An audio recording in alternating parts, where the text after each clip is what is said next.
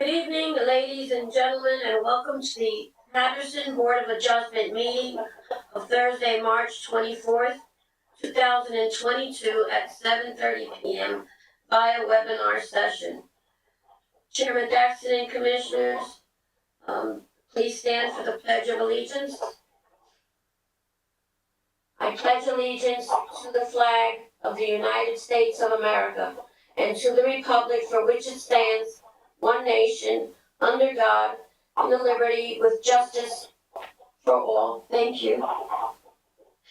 The notice requirement of the Open Public Meeting Law has been satisfied with respect to this meeting, specifying the time, date, and location included in the annual notice adopted at the reorganization meeting of the board, filed with the clerk of the city of Paterson, posted in City Hall, and mailed to at least 2 newspapers in accordance with the revisions of the law.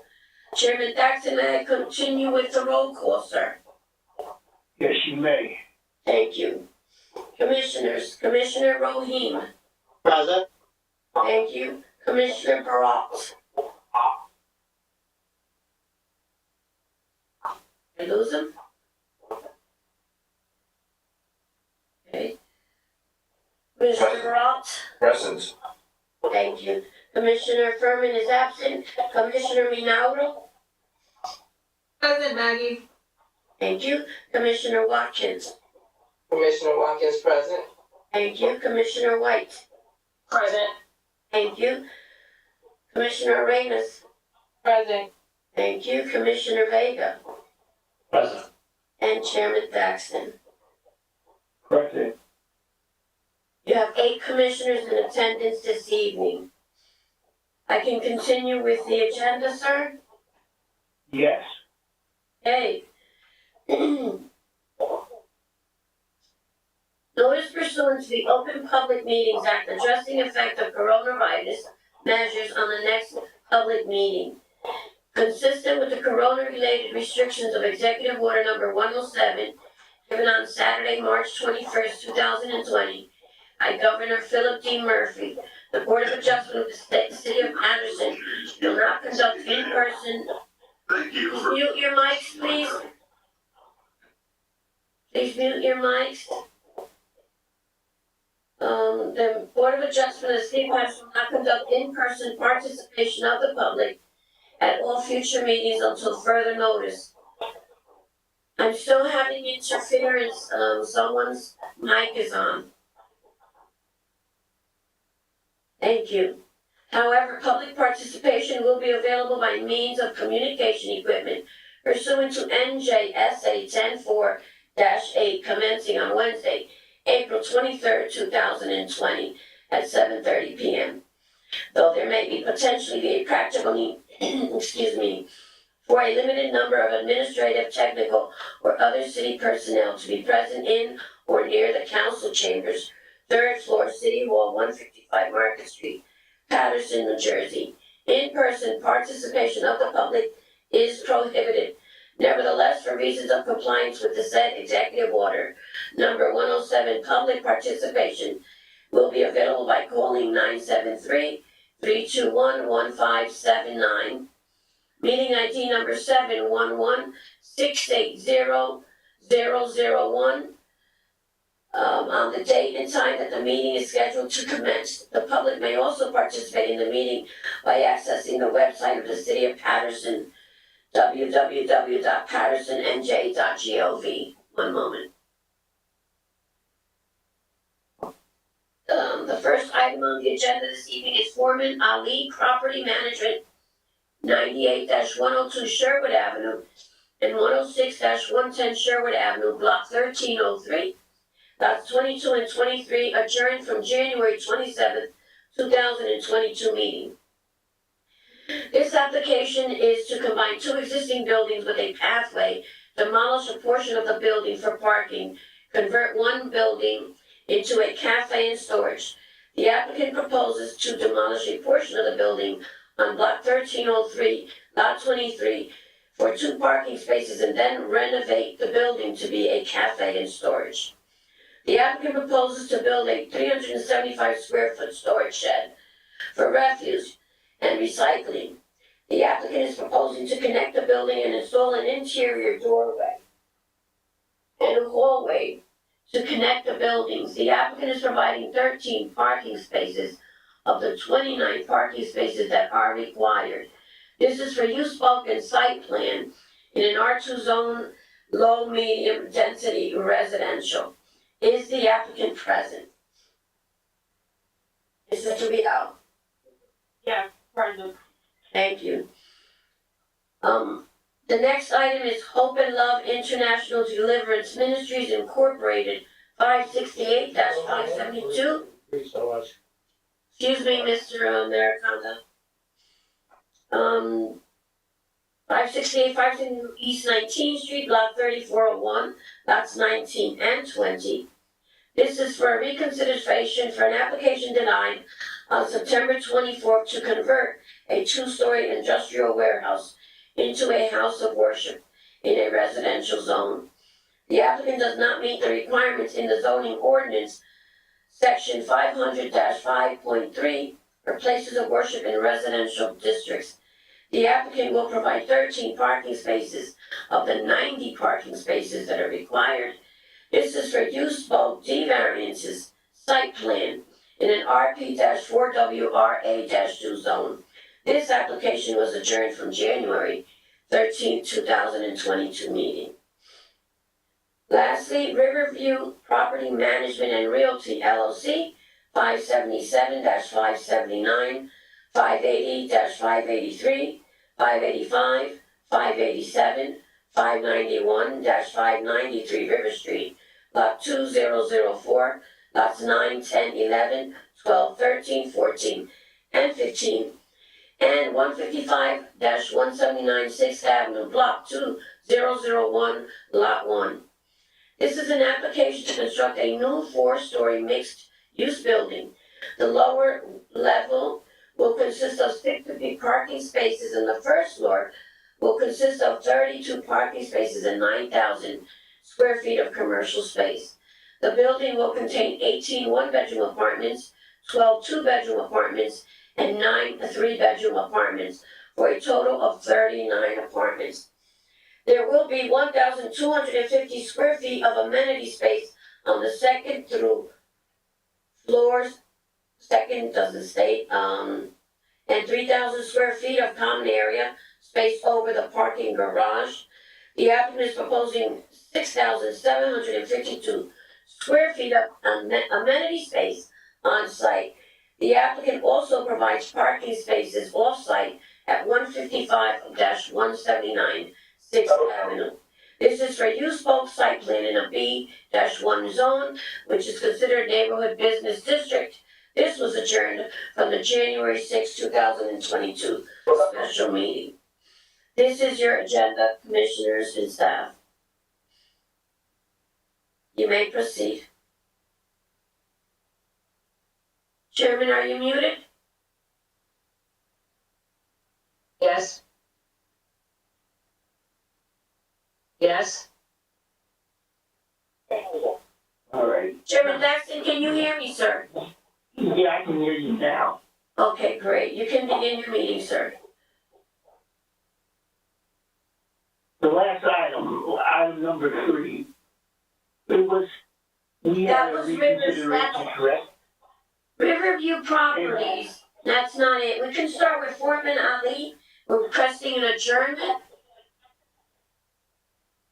Yeah, I understand that, but this review properties is a new item?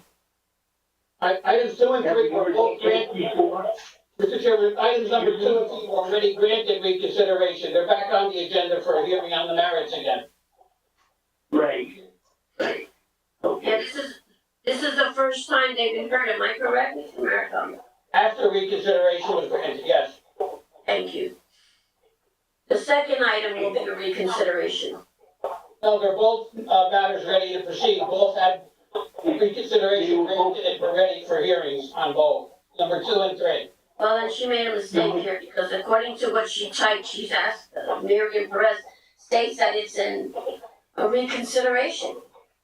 It had been granted. They both were granted. I believe Item number 2 was just for the parking. Correct. Am I correct, Mr. Rambler? Well, we modified the parking and we cut down the size of the sanctuary. The structure was reduced square footage also, which we talked about in our reconsideration hearing. Right. Yes, sir. Okay. All right. Okay, Madam Secretary, we'll take item number 1.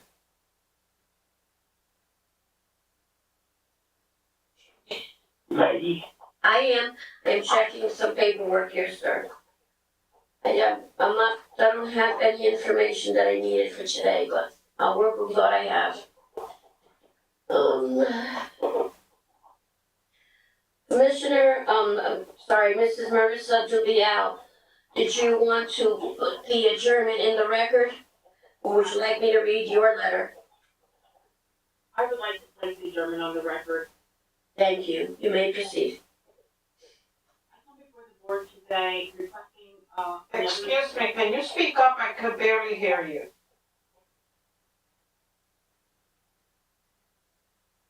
I come before the board today respectfully requesting an additional adjournment in this matter to address additional revisions to the architectural plan.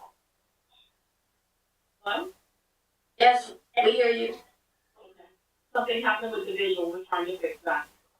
My client was away on an extended family emergency, and upon his return, realized that there were some additional revisions, that the engineer requested. I understand that our architect spoke to, the engineer earlier this week.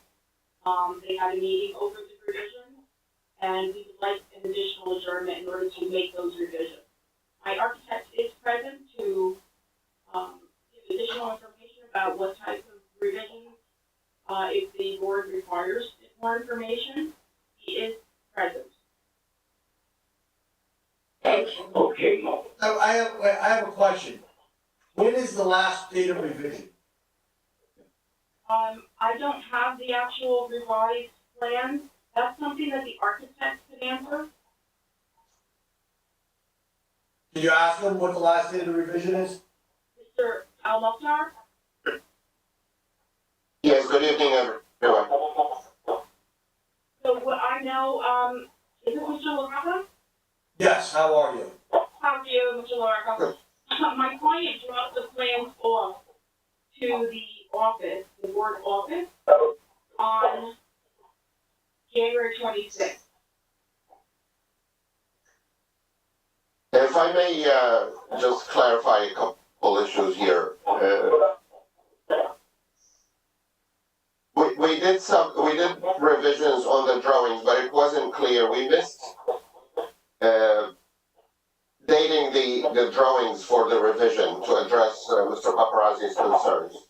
So there was some confusion back and forth between my office and Mr. Paparazzi. I emailed him.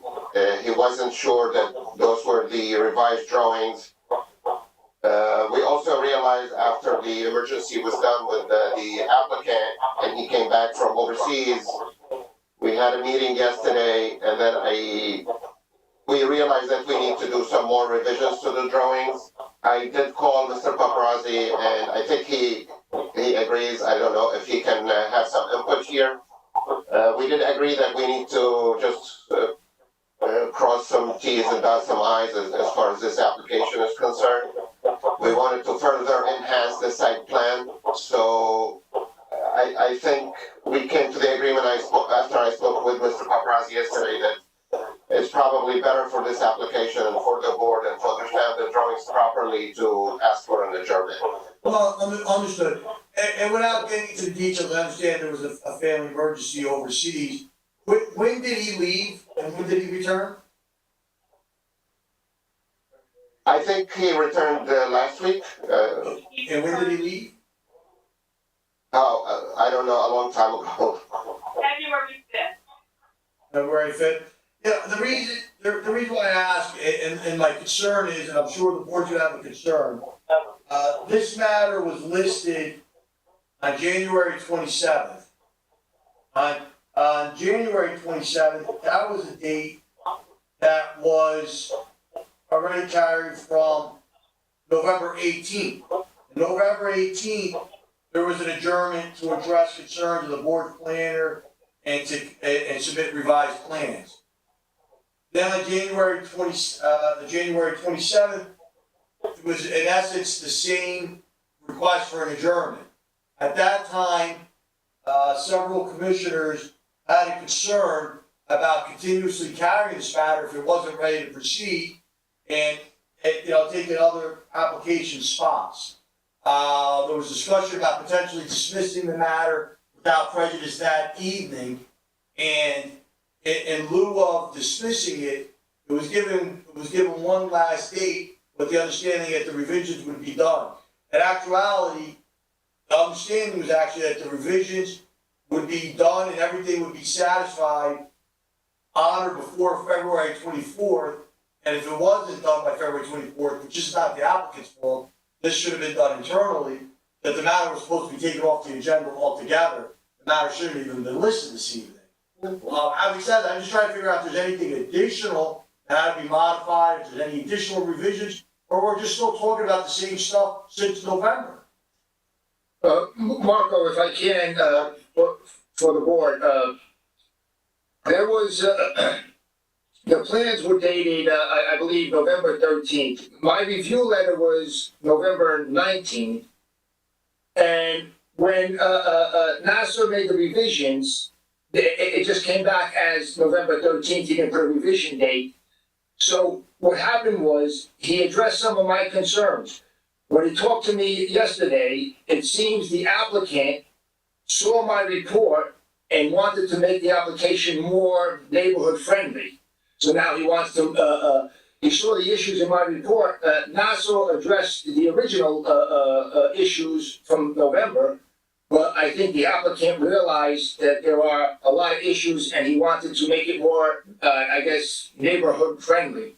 So the applicant is the one who, talked to NASA and asked for more revisions to be made to make it more friendly. So I suggested that, obviously there is no time for NASA to make those revisions and even post them in the city hall or for me to do a review. He would come in and I would say tonight, it's either up to the board for them just to renotice and get a new date or get carried. But that is the scenario.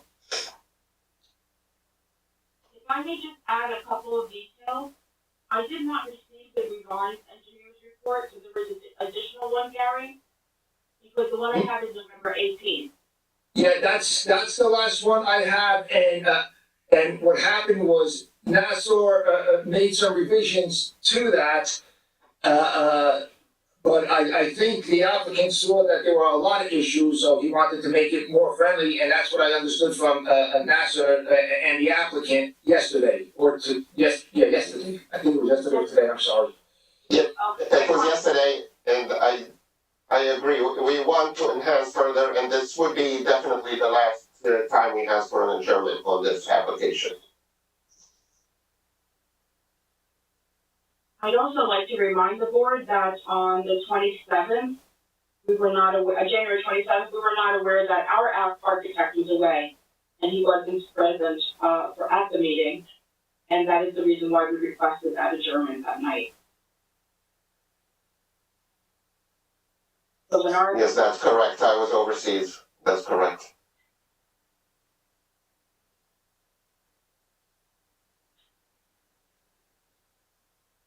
All right, commissioners, there's a request for adjournment, so.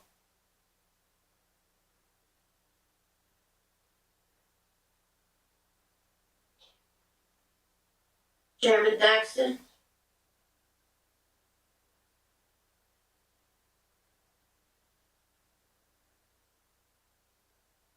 Chairman?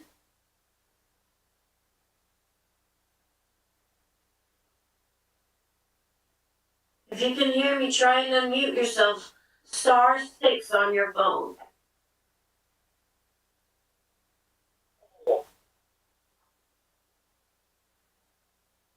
Chairman? Yes, can Okay, you hear me? yes, I hear you now. Do you wanna make a motion? Someone wants to make a motion on this? This also can be carried to a future date to be determined. They can bring in plans that will not get put on a calendar. Have them re-notify, and then they'll have a date then.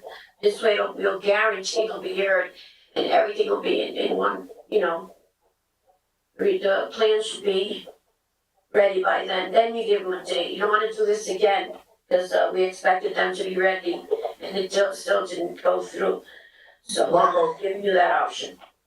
So Marco, the applicant can't advertise until he gets a date, right? He can't advertise, so, Right. What she's saying is, if it's carried without a date, they'll have to renotice and advertise when it's deemed complete. Right.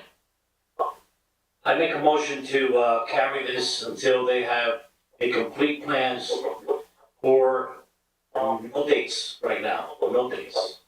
Thank you. So if this will be you're voting on to carry this matter to a future date to be determined, To be determined. okay? Is there a second? I second the motion, Commissioner Peralta. Commissioner Barat and Commissioner Minaudo second that. Chairman Thaxton, may I proceed with the vote, sir? Go ahead. Thank you. Commissioners, Commissioner Rohim, Yes. Commissioner Barat, Yes. Commissioner Minaudo, Yes. Commissioner Watkins, Yes. Commissioner White. Yes, provided that all information is available and ready for review.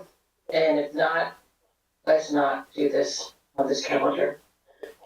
Commissioner Arenas, Yes.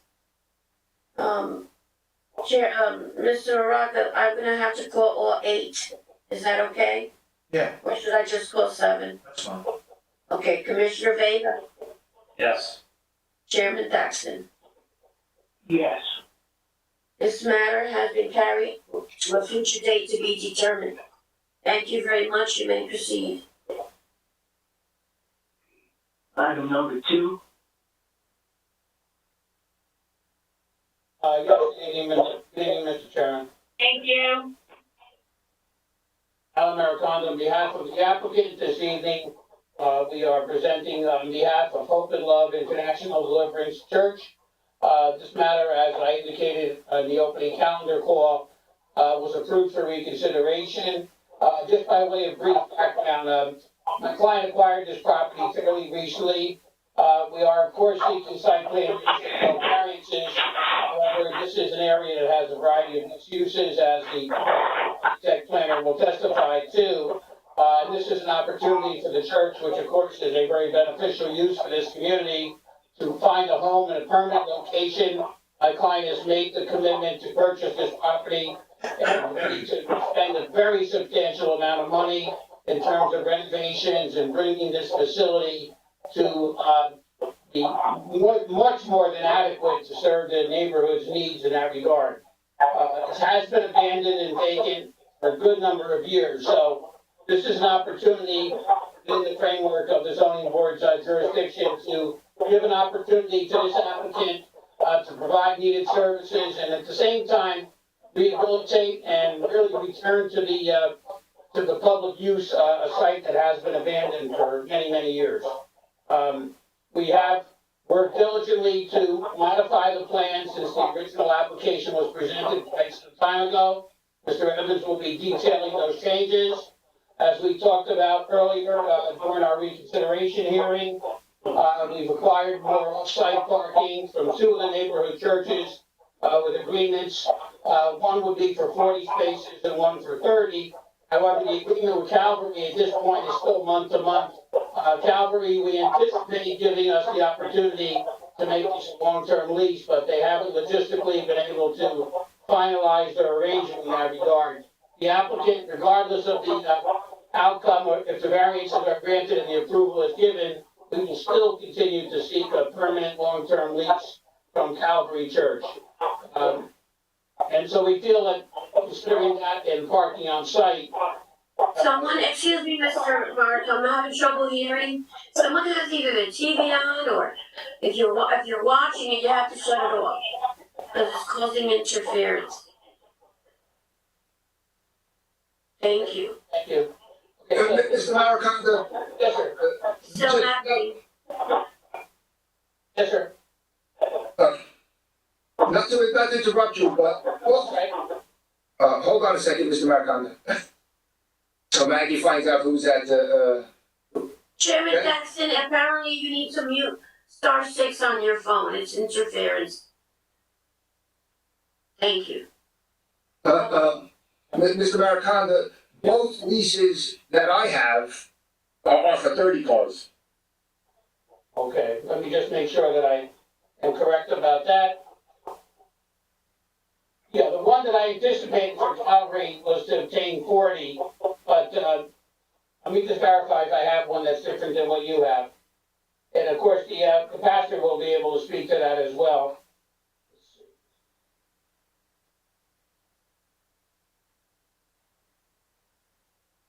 Okay, the one lease that I have does speak to 40 spaces, that goes, I think we sent you a copy of this, Gary, on Thursday, March 17th. And the one I printed out says 30. It's under I think it was, yeah, okay, But you know what, though, Mr. Maracanda? Yep.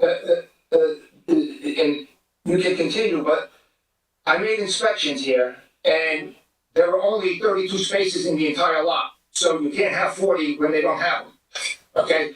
So, the Calvary Baptist, the one that's on, East 19th Street, it's the larger lot, and, it only has, it actually has, 32 spaces. 2 spaces were filled with debris and construction equipment and dirt, and that was like that for two visits there. So I'm assuming that there's 30 spaces that are there, but I'll get into the lease later, but you don't have 40 to give. okay, all right, well, again, yeah, that lease obviously is not accurate, and I certainly have no problem. We'll have the pastor talk at one point as well about the utilization of those off-site parking spaces, so I appreciate that, that comment. I'd like to call Mr. Evans as our first witness.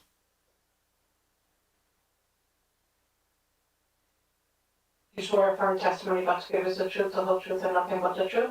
Yes, I do. You state your full name for the record? Matthew Evans, architect planner, 470 Chamberlain Ave, Paterson, New Jersey. Mr. Evans, will be testifying, Mr. Chairman, as an architect planner. Can we accept him as an expert? Mr. Chairman?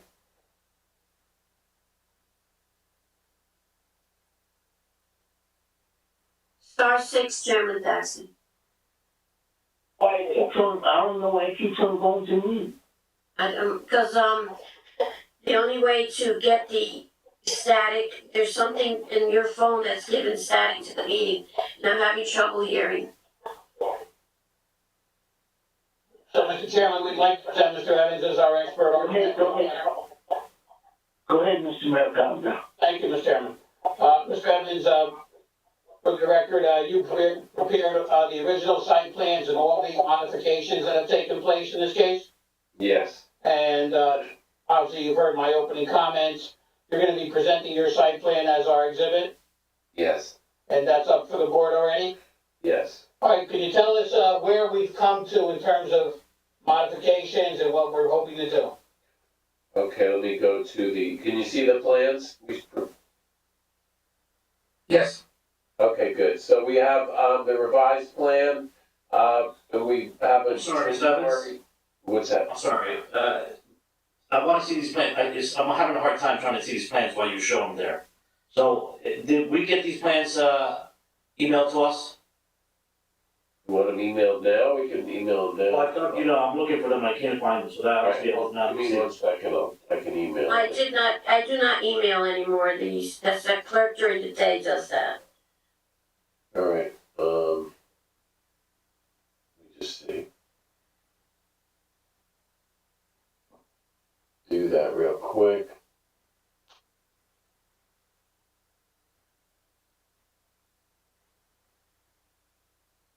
Would you like me to send it to me and I'll send it out? Oh, yeah, that's good. That'll be the best, I think. Hold on. Okay, I'll go off the air while you do that.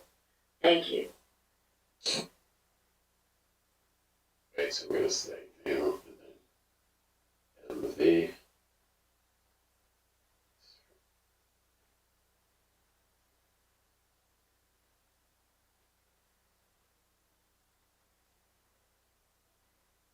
I was gonna put 587 in the thing, I sent it out. Okay.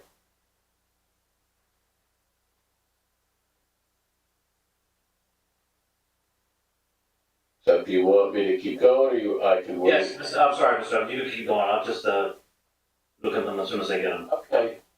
All right, so we have, the last revision date is January 14th, 22. That was revised for, the leased parking. We show, a overhead of that, the property, which you can see, and then next to it is the Calvary, Church parking site. And then we have, the Seventh-day Adventist property, which has, a parking lot down East 19th Street, a block away. So we showed that to clarify those two spaces and the proximity of the site in those two parking areas. So the one from Calvary is right next door, then down the block is Seventh-day Adventist. So, and then we had some other revisions, I believe we had last year for the reconsideration, where we reduced the the intensity of the project. And what we have, we still have 12 parking spaces on site. The building is basically, the footprint remains pretty much intact, with a small one-story addition, improvements, and then previous application, we had revised the enclosed refuse area, and we addressed some of those concerns from the last submission. And we also substantially reduced the interior sanctuary area? Yes, I'll go to the next sheet, which shows the banquet hall. The first floor plan shows the banquet hall. We have in the back, closer to the rear, on the East 19th Street side, we have new men's room, ladies' room, the new kitchen for the use, and then we have the banquet hall, which is part of the assembly space, and we reduced that occupancy, and then we reduced the occupancy of the sanctuary to 150 people on the second floor. So those were the two main reductions in the proposal. And the applicant's usage of the building will be strictly limited to the church services. There is no other business or residential use on the site, is that correct? Right, it would be the church assembly and related uses for the church. Right, it would be, perhaps a Bible study and, other related religious activities only, right? Yes. Okay. We do propose a kitchen for gatherings of the church, Yes. and any other facilities that you did not mention at all, by any chance, or? I'll go back to the floor plans. So we have a prep kitchen, we have the bathrooms in accordance with the code, and then we have the lobby, foyer, then we have a small welcome center. And the addition to behind that welcome center is basically recycling and refuse, coat storage, and there's an existing bath which would be updated.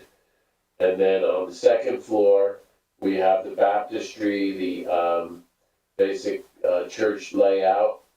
We have storage in the back, and then we have the pastor's office and another office related to the church on the second floor in the front with a private bath for the pastor.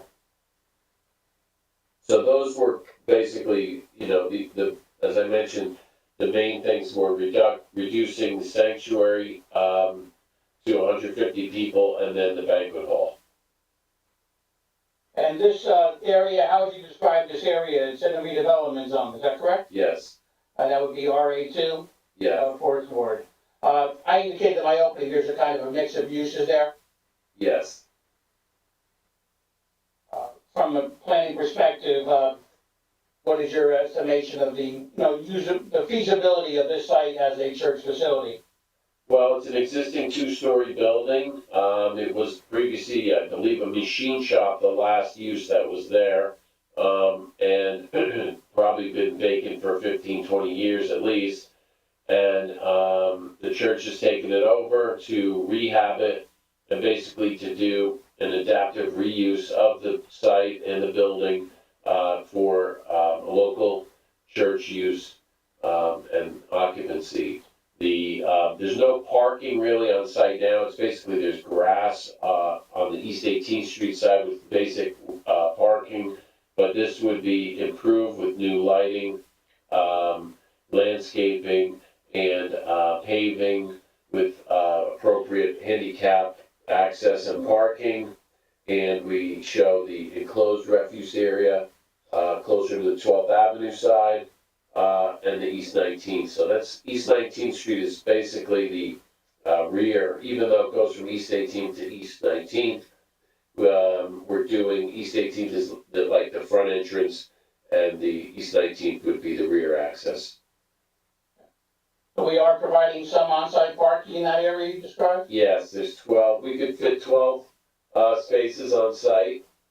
And, that's in keeping the building and, just improving that as for parking. All right, now there are some variances, of course, which Mr. Paparazzi, I'm sure, will address with you. You've addressed many of the comments that he made earlier in his earlier reviews during the course of this case. Yeah, so we have, as I mentioned, the refuse area, we show some of those variances. The one variance is the use because, it's the RA2. It is in the redevelopment zone. And the lot area, for a church is a half an acre. We have 11,437.8 square feet. That's a pre-existing non-conforming condition. The side setback on one side, the minimum, would be 10 feet, and we have an existing 2.1 feet. And then the other side is 10 feet, and, I believe we have,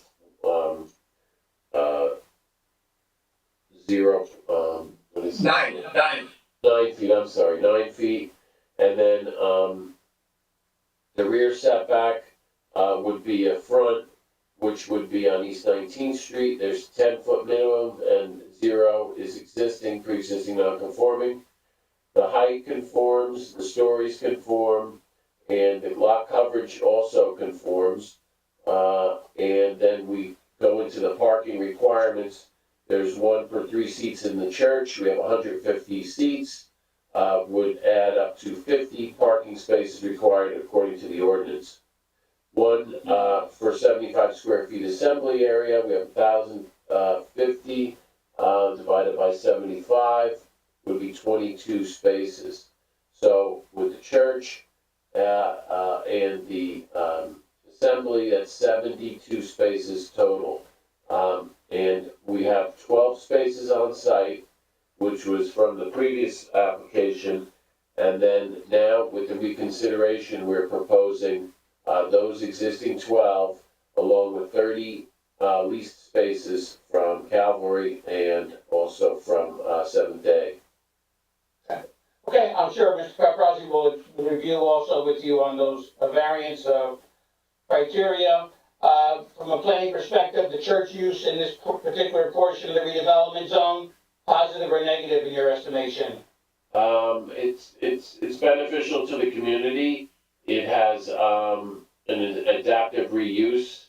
I believe that the positive attributes of this conversion would outweigh any negative impact it would have for the site and the area. Not only the religious presentation, of course, that would take place on certain days, which the pastor will address, but there appears to be the opportunity here to provide other needed community services on site based on your site plan?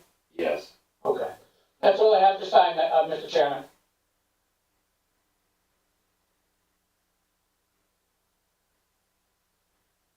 Mr. Chairman, I'll just start.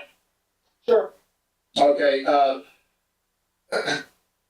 Mr. Evans, well, first, Mr. Maraconda, are you gonna have someone from the applicant, okay. Yeah, Yes. absolutely, she'll be talking about the day-to-day operation, yeah. Okay, great, thank you. Mr. Evans, the layout for the proposed, Hope and Love International stayed the same, except for the assembly area, you went from 204 seats to 150 seats. And that's the only change that, I mean, you addressed my issues, but that's the only change to the interior of the building, is that not correct? Yeah, I believe so. I believe we reduced the occupancy of the sanctuary. And I believe, I'm not absolutely sure, but it's been a while, but I think we limited the banquet hall, occupancy too. So, we have that as, assembly area. Yeah, I don't think we had a number on that, well, I don't think we ever had a number on that. We used that, I guess, for just square footage and the sanctuary area. Right, the banquet hall and the seemed to be a multi-purpose, room, I guess, and Yes. Yeah. we're willing to accept any restrictions or conditions on that the board may consider appropriate. No, what I'm getting at though, Mr. Evans, we went down from 204 seats to 150, which is 54 seats. The parking requirement originally, on your original plan and my report, was 98 seats. So, if you have 54 reduction in the assembly area divided by 3, that would give you 18. So 18 from 98, your parking requirement should be 80, not 72. What I think you didn't do was, there's the pastor's office and there's 2 other offices. I'm not sure if you included the offices. I don't know where you missed. But originally, we both had 98, and the only reduction is the seating area, so it is not 72 required, but 80. Yeah, I subtracted the 18. Well, that's the 54 seats divided by 3 is 18. From 98 is your 80, that's 72. So that is the actual number that I had, and you had originally as well. You had 98 as well, so we're gonna use that number for now, unless there is something else that you left out or I left out, but Hey, Gary, yes. on the report, this is Commissioner Morel, in the report of the agenda, it reads that the spaces required are 90, not 98 that you're telling us. Well, it was 98, that was just a typo. It was 98, and I think Mr. Evans had 98 as well in the original, one of his original drawings. It was revised several times, but But it should be 98. it was 98, but now he reduced the seating, so it's 80 now. And 80 is the requirement. Okay, No, because if we go from the premise that it was 90, then he's right about 72. yeah, but it was 98. Okay. I might have some of his old plans, but I think we agreed on that originally. So anyway, all right, so I have that down. And Mr. Evans, we're gonna go, the minimum lot area, obviously it's a use variance, but the minimum lot area you mentioned, it's not pre-existing because you're changing the use, so it either becomes a variance.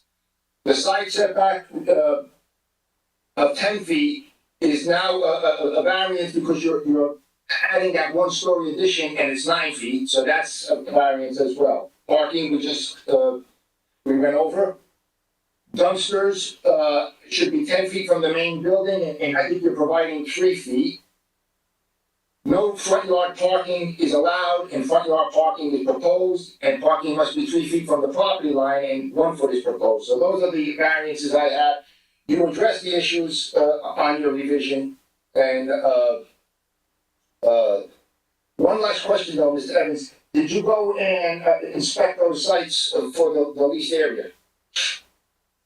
I've seen, yeah, I looked at them, briefly, but, Okay. you know, I know that the one next door is Calvary, and we did the building next to that. We got brought it to this board for that small building, which was approved next to that, on the other side of that parking, area. And then, the Seventh Day Adventist, we did some work for them previously too, so, You're generally familiar with those lots? Yes.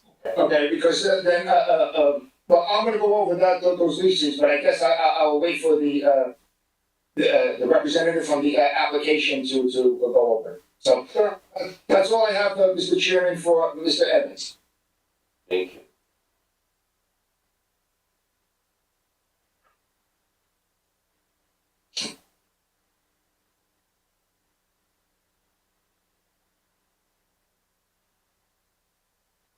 Mr. Chairman, you might be muted.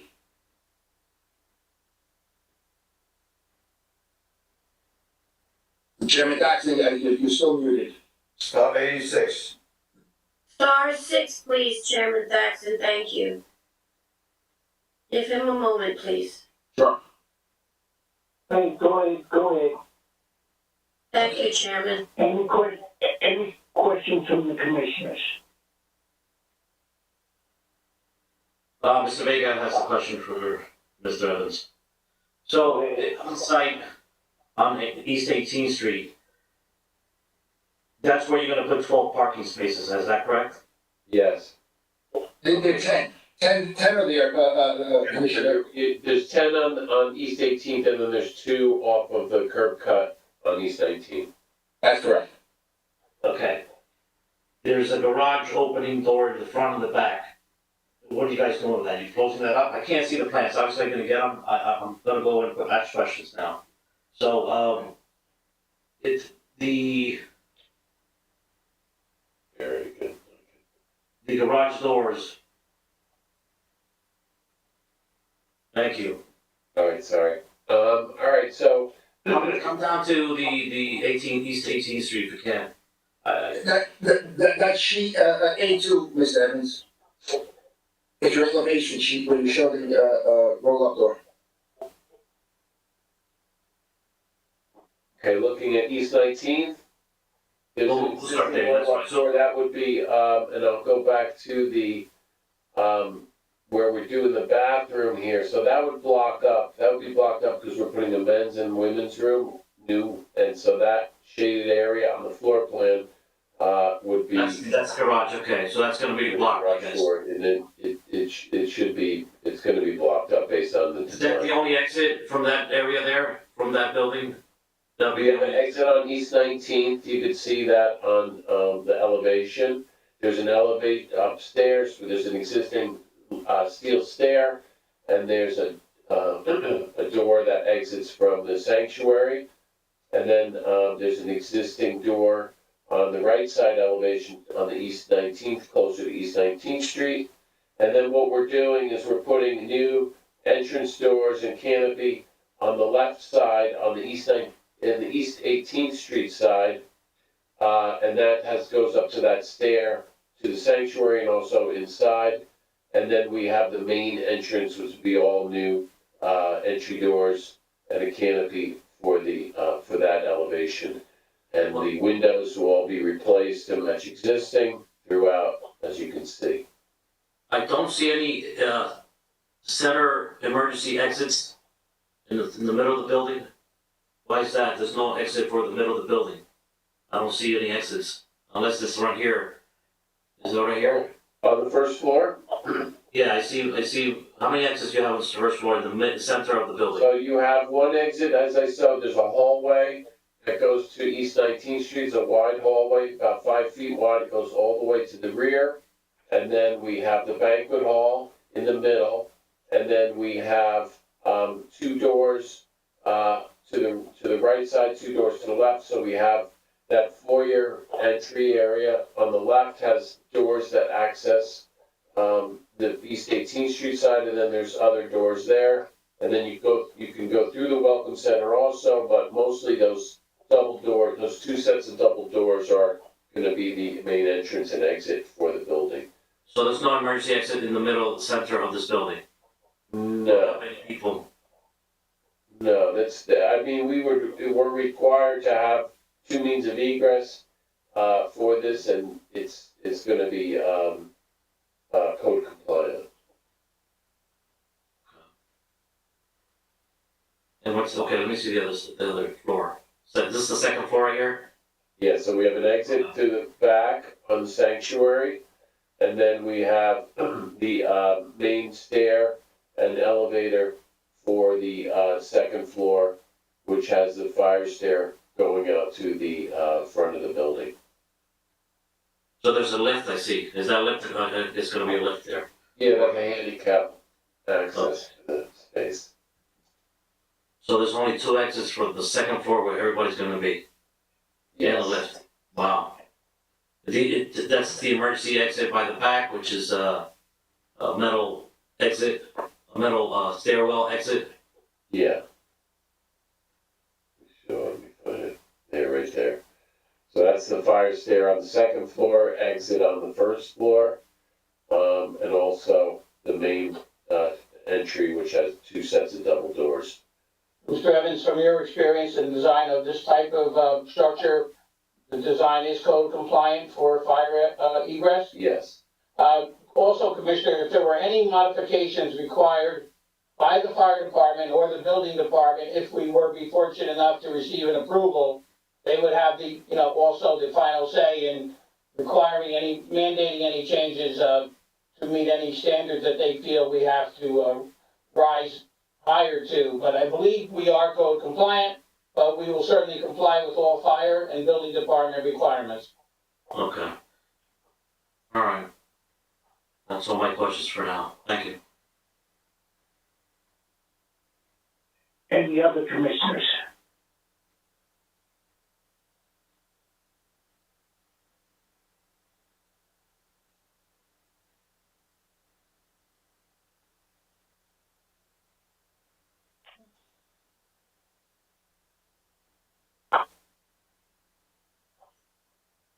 Can continue, Chairman.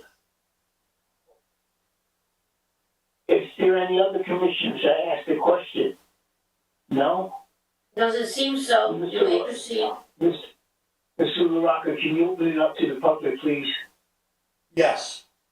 If any members of the public have questions of this witness with regard to the testimony you just heard, you can call 973-321-1579 and enter meeting ID number 711-680-001. You'll have an opportunity to ask questions. Now is not the time for comments or statements. If you have questions with regard to the testimony. And again, the phone number is 973-321-1579, meeting ID number 711-680-001. Let's give it a moment to see if anybody calls.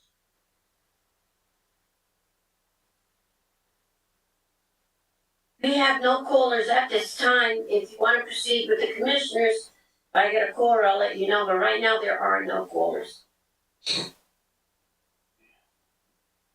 Mr. Maracona, can you call the next witness, please? Sure, thank you, Mr. Chairman, excuse me. We'll call the pastor, Dr. Valretta Chapman Wilson, please.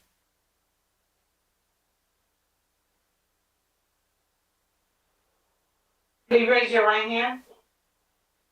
You swear from testimony about to give us the truth, the whole truth, and nothing but the truth? I can't hear you, you're on mute. Unmute yourself, ma'am. I'm so sorry about that. Thank you. Can you please say your full name for the record, please? Valretta Chapman Wilson. Thank you. Good evening, Pastor.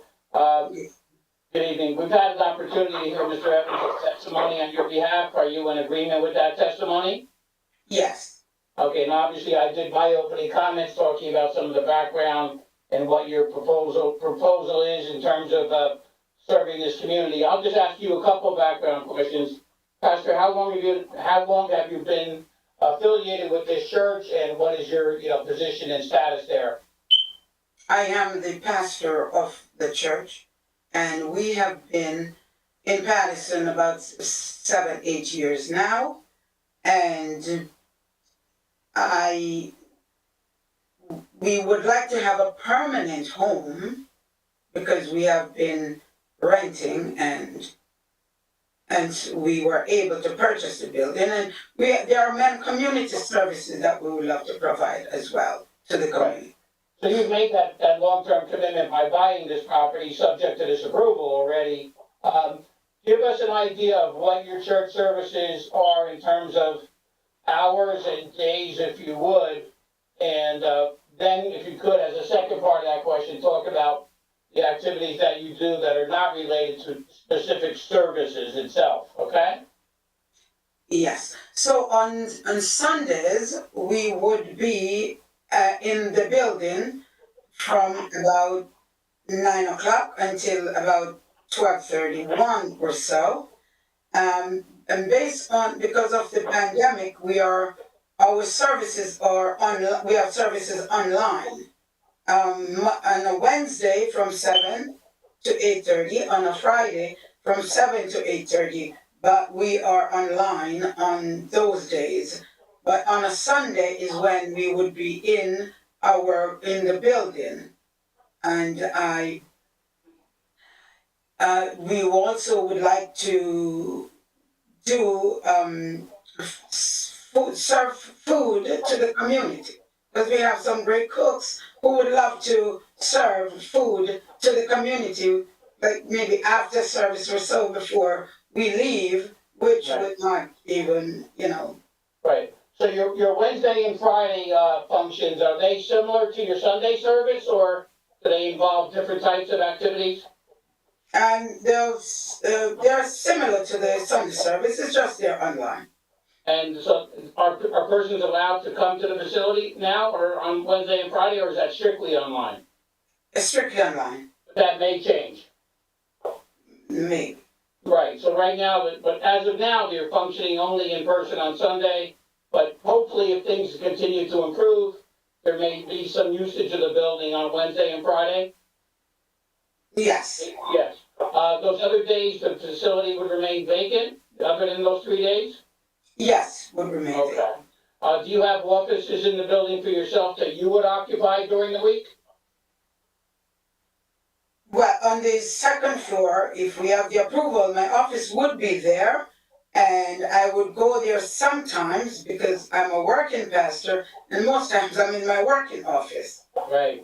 So it would be available to you. I'm sorry, I am a frontliner, so I would mostly be in my working office.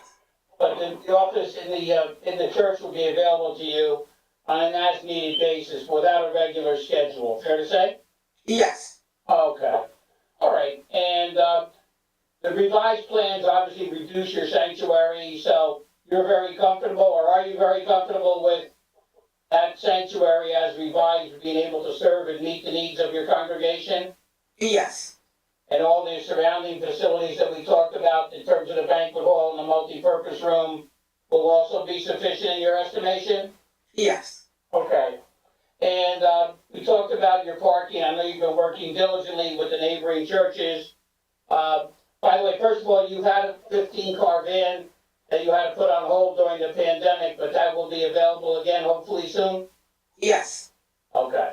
And That- also, if I may say, our members carpool. They're all in the area, they carpool, and some do walk to church. Right, so you serve the immediate neighborhood and some require vehicle transportation, some walk. Yes, Okay, now with regard to your arrangements with Seventh-day Adventist and Calvary, just wanna go over that again for the board's benefit. I know you worked hard to get that space, those spaces. yes, and with the board from the Seventh-day Adventist Church, they guarantee me 40 parking spaces, and the lot, we looked at the lot and they said it fit 40 vehicles. They also did tell me that, which is not on the record, but in front of the church there are spaces. They're not there, we could use them if we need them. Okay, but you understand that based on the planner's review and his analysis of the site, that site does not contain, sufficient space to go beyond 30 spaces. So if that's the determination, and if the board makes this parking a condition of your approval, you understand that there will be a restriction to 30 spaces as per his review. Yes, Okay, and you have the second off-site parking site as well, right? yes. Well, what would that be? And the one from Calvary Baptist is right next to the building, to the church. So the agreement is we use it on a Sunday morning. I reached out to the pastor and the board, and I was waiting for them to, they're willing to make it a 10-year, but we did not get it. Not in writing yet, but you're working on it. Yes. Right, okay. And that will serve you sufficiently with 30 spaces as well? Yes. Okay. And with most of our people carpooling and walking to church, and we will have our 15-seater bus in operation, will satisfy our needs. Based on your experience, do you think that's what meets your needs? Yes. Okay. There's also public transportation in the area, correct? Yes. What is your cross street on East 18th Street? I just want to confirm that for the commissioners. 12 down? 12 and 11. Okay. All right. I think that's all I have, Mr. Chairman, at this time. Okay, Gary. Thank you, Chairman. Mr. Evans, if you can you put up sheet A1 to show the banquet hall, while I question afterwards?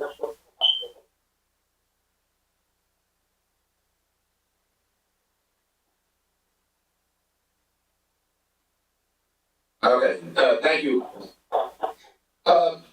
Okay, Pastor Wilson, now, your Wednesday and Friday are virtual classes only because of the pandemic. Assuming that ends soon, you will have Wednesday, Friday, and Sunday activities at the proposed church. Is that correct? Well, for the Wednesday and Friday, we're not looking for it to end anytime soon. We want to keep it online because during the pandemic, and we realized after, because some of the people do work, it's more convenient for them to get on the line. So it won't be anytime soon. Okay, okay, the plans show like a banquet hall kitchen and a banquet hall, all purpose area. So, if one of the members of the congregation want to have a party, are they allowed to rent or use the banquet hall? I mean, it is rather large, and it looks like it's geared for big gatherings. So,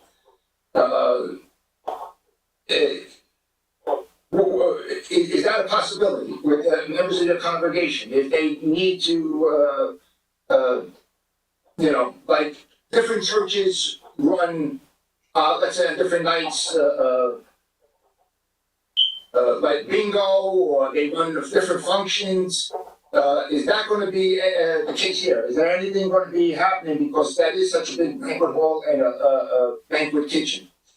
No, that was not for that purpose. What we would like to do, and pending approval and later on, is to have more of serving the community, serving food to the community. Because like I said, we have great cooks with great potential. They want to help in the community, and we would love to do something like that. And that would be open to the community and your members, I would imagine. Is that going to be like an everyday thing, or? Oh, no. It wouldn't. What is the proposal for that? Well, what we would like to do on maybe the 4th of July or on holidays when our parishioners are not working and we're able to serve the community food, we would love to do that. But it's not on an ongoing, regular basis. And if one of the congregation wanted to, let's say, have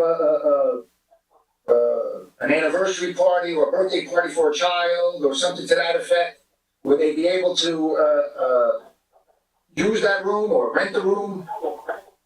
That was never a consideration. However, I do weddings, so if I marry a couple and they would like to just dress up the hall and have their guests there until, they leave to go to wherever they're having something else, then we would do that. Right, okay. All right, I'm gonna get into some of the issues with the leases, okay? I'm gonna start with the Seventh Day Adventist Church, okay?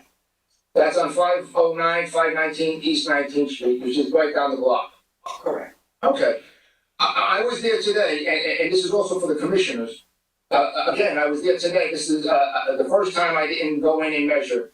There are a total of 32 spaces. Now, there are 4 cars there that are parked there now, and also, during my time there, the front of a tractor trailer, the cab part, he went in and parked there, so it looks like people are leasing spaces there. So I'm not sure if they're leasing spaces. If that's the case, then that number would be reduced, although it just says 30 spaces. But, commissioners, the first row of spaces that front on, East 19th Street are 8 by 12. Those are the size of the spaces, 8 by 12. The aisle spaces are 8 by 14 and 8 by 15, and the rear spaces are 8 by 14, which is well under the size that is the minimum standard under the city code, RSIS, and every other code that you can find. Also, there is 18 feet between spaces, which 24 is required. There is a 9-foot space to get out where 12 is required. So, in essence, whoever striped that lot striped 32 spaces, but legally, only 18 could fit. That's my estimation. The ADA space that is there is also non-compliant. So, I'm not sure if they were striped correctly, that you could get more than 18, but that's why I asked Mr. Evans if he was there and measured it. He was only there to look at it. But I was there actually as a surveyor, and I was taking measurements. Now, so those are the issues on the Seventh-day Adventist Church. The Calvary Baptist Church has they had 32 spaces, but 2 spaces were covered with debris and construction material, and they were there for 2 visits. Also, there were 10 cars on that lot, and I think they are leasing spaces because some of them are out-of-state licensed. So, I'm not sure, if 30 spaces are available there either. Now, these spaces, according to the lease that I have, are only available on Sunday. So any other day that you use this facility, the parking requirement would be 80 and only 12 spaces would be available. Now, also additionally, these spaces are available on Sunday. When do these other churches have their services? Don't they have their services on Sunday? Calvary Baptists don't use that lot, they're not using that lot, they use the lot right at the church. And, They have a primary lot, right? Yeah. yes, Okay, then Calvary Baptist, excuse me, Pastor, and Calvary Baptist is already leasing out spaces because twice I was there and twice there were 10 cars parked in different spaces. But go ahead. And then what about Seventh Day? Don't they have services on Sunday? no, Saturdays. Okay. But And on Sundays when I'm there, the lot is empty. Right, I didn't go on Sunday. Okay, but the Seventh Day, there are cars there, and so I don't know if there's even a truck there, the front of a trailer. Maybe they're parishioners, in and out, because Right. it's their lot, but for us, it's for Sundays, and there's, you don't use it on Sundays. Right, Gary, I think, we expect and believe that those two churches will live up to their commitments. In other words, if they designate those spaces for us for those times, that any vehicles that might be on there during any on-site, visits you made, they cannot be there during our designated availability if we are the leaseholder. Okay, but, Mr. Mariconda, the spaces are 8 by 12. 9 by 18 is the minimum. If you tried to put 30 cars there, you would have to stack them on top of one another. They just don't fit. Whoever striped that lot, everything is incorrect. And I'm not sure if you could get 18 spaces there, but when it was done and whoever did it, it was woefully inadequate. I mean, a 9-foot exit space, it's, if you look at the sheet at S1, it's right against the adjoining building, the exit space, and 2 cars are parked, not even 9 feet there. You can't make those turns. You can't, I was having trouble making the turns and there were only 5 cars in the lot. So that, you're not gonna get 30 spaces out of. Understood. The other one, for Calvary Baptist, I think they're renting other spaces, you know, and, since it's not their main lot like you alluded to, I think, and if they're under lease, then I'm not sure how that's gonna go either. That's probably why you're month to month, because I'm not sure if you can use it. Additionally, the only time this is available is Sunday. Any other day that, this proposed church is going to be in use is going to have an issue. Now, I'm going to defer parking to the commissioners as I always do, but I've been there several times, commissioners, and I can't park. And I had to pull in both lots actually today just so I can take measurements. And that's a concern of mine, only because of the proposed size of what Pastor Wilson is proposing.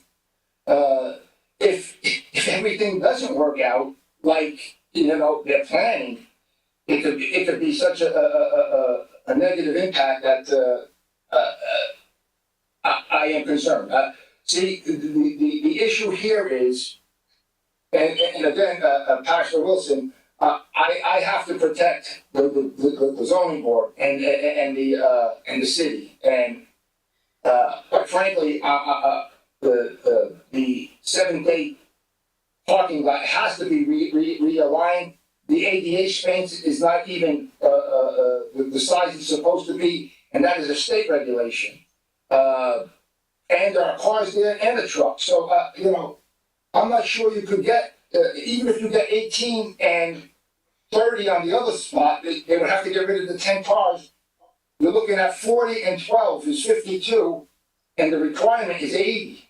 So, you know, you're close to 30 spaces short, and that's what getting rid of all the cars on the Calvary Baptist lot, you know, but that's my concern. And additionally, both leases are only for Sunday. So, you know, there is a possibility weddings, parties, even opening up to the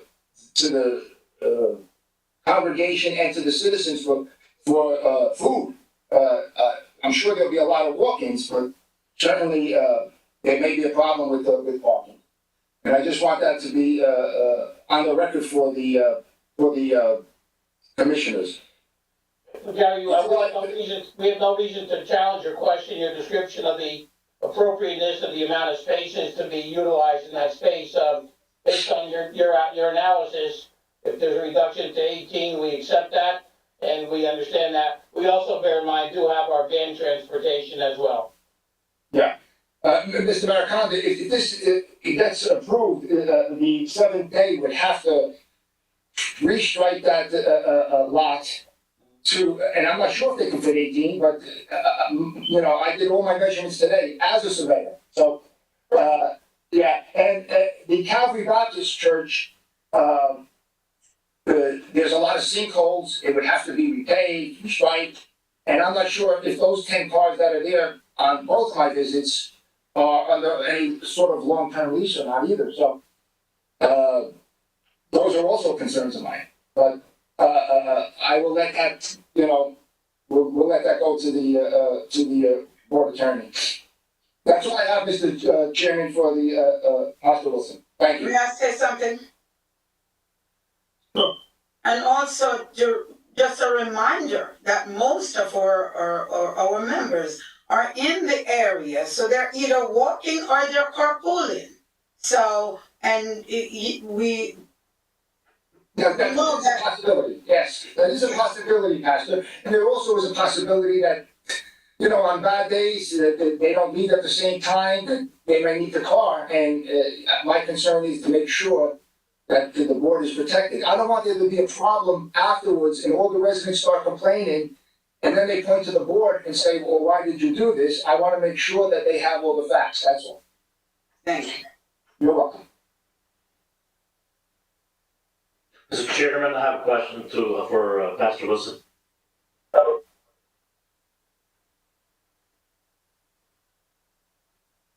Chairman Doxson, you're muted again.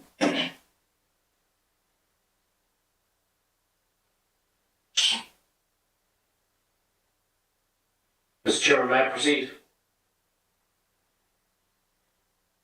Go ahead. Thank you, Mr. Chairman. Pastor Wilson, how are you? I'm good, thank you. And you? Good. So, two questions. How many members do you have on a Sunday? Right now, because of the pandemic, about 25. How many you have without the pandemic? Without the pandemic, I would maybe about probably 50 something. You should say 55, is that? About, yes. That was prior to pandemic, but now a lot of changes. People, they get sick, they move. Right now, we have about 25. 25 members that are, okay. And, 50, let's say 55, we're gonna go 55. How many of these members walk? Or, how many of these members carpool? More than half. More than half. So we're going back to 25 members carpooling and walking to the church. Yes. And, Paparazzi, how many seats did we say we had here? 90 what? You know, we have 150 seats. If the maximum is 55, obviously the pastor is presuming that they are going to expand. Why would they go 3 times greater than what they had prior to the pandemic? Thank you, Paparazzi, okay. So, Ms. Pastor Wilson, the banquet hall, is this gonna be a rental hall? Are you No. gonna be renting this out No. to any members or any outsiders? No. But remember, it's a big building. So it's, That's our concern, yeah, that's all. right, so it's not so much that, for a big building. Yes. We just, I'm just questioning, the parking, to have on site 12 spaces for, even 25 people, I mean, it's tight. So I don't have much question about the building itself. I'm more concerned about the parking, versus your members, versus, one day somebody rent the hall. That just happens, churches do that all the time here. And you're gonna have some type of, gathering, once in a while. That's all my question, Mrs. Pastor.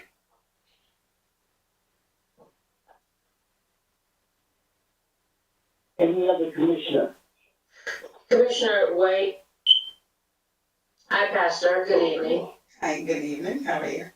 Okay, I know the area very well. I know this will be a good asset for that area, considering what it looks like right now. My concern is that, I don't know how, or what's happening with the lease with Calvary. If this is something that's gonna happen, I know it's in the process. And I think we were here back in January, I believe it was, before it was adjourned. And it is now March the 24th. So I'm trying to understand what happened that the lease was not able to be signed off, or the agreement could have been in place by now. Same thing with the Seventh-day Adventists. So could you just elaborate about what could have happened and what's going on that is taking so long for them to come on board with that? The 7-day event is, it's signed. That one is completed. The Calvary Baptist, I guess, some issues beyond their control, and we're not able to meet along with the administrator, the pastor, and the board at the given times. Okay, so the possibility of that happening doesn't look good right now. It went away at the first meeting. They agreed that yes, they would help us with the parking, and we would get it. After I got the lease, I realized it's month to month. I spoke with them, and they said yes, they're willing to adjust. And when was the last time you spoke to the pastor of Calvary or the board? The board member I spoke with was, the last time I spoke was maybe 2 weeks or so ago, and they were still trying to get together too. Okay, did you advise them that you were coming to the board to discuss the parking? And this was something that was a concern of the board, and if they were able to accommodate you for this? And they still haven't really come back with an agreement that's workable with you I am. and the church? You're still waiting? Yeah. Okay. All right, that's all I have. Thank you. Thank you. Any other commissioners? Chairman Tyson, Go ahead. Chairman Tyson, I have a question for Pastor Wilson. A few observations. Now, the 7-day event is that lease also on a month-to-month basis? No, that's a 10-year. Okay. It's absolutely a 10-year lease, yes. Okay, that's a 10-year. So the only problem we have is the other one, because they haven't made up their mind or whatever. They've made up their mind. They were not of the understanding that it has to be 10 years. So after I explain, they are willing to do it. It just takes a long time with Cal. Now, the problem I have with that is that, you know what month-to-month is? They could come to you the end of this month, say, we need the parking space beginning the first of next month. What do you do then? Well, they're willing As the to. church is growing, huh? They're willing to. What They're willing what to the make pastor is trying to express, Commissioner, is this: they've made a verbal commitment to her to extend it to the 10-year period. I think there's probably a little bureaucratic problem going on internally there in terms of getting the necessary group together to vote on it. Does that sound right, Pastor, to you? Correct. I would feel better if you had a long-term, list. Of course, yeah. Rather You than a don't have a month. problem if that's a condition, if you think that that's a condition that we could address post-approval, if the board would be willing to, if the board is deciding to approve, if you are, that could be a condition that would have to be provided before a resolution of approval could be executed, if you would I would consider say, it that way. I'd like to see that, yes. Yeah, definitely, that would be a condition on my part for me to have that attached to this.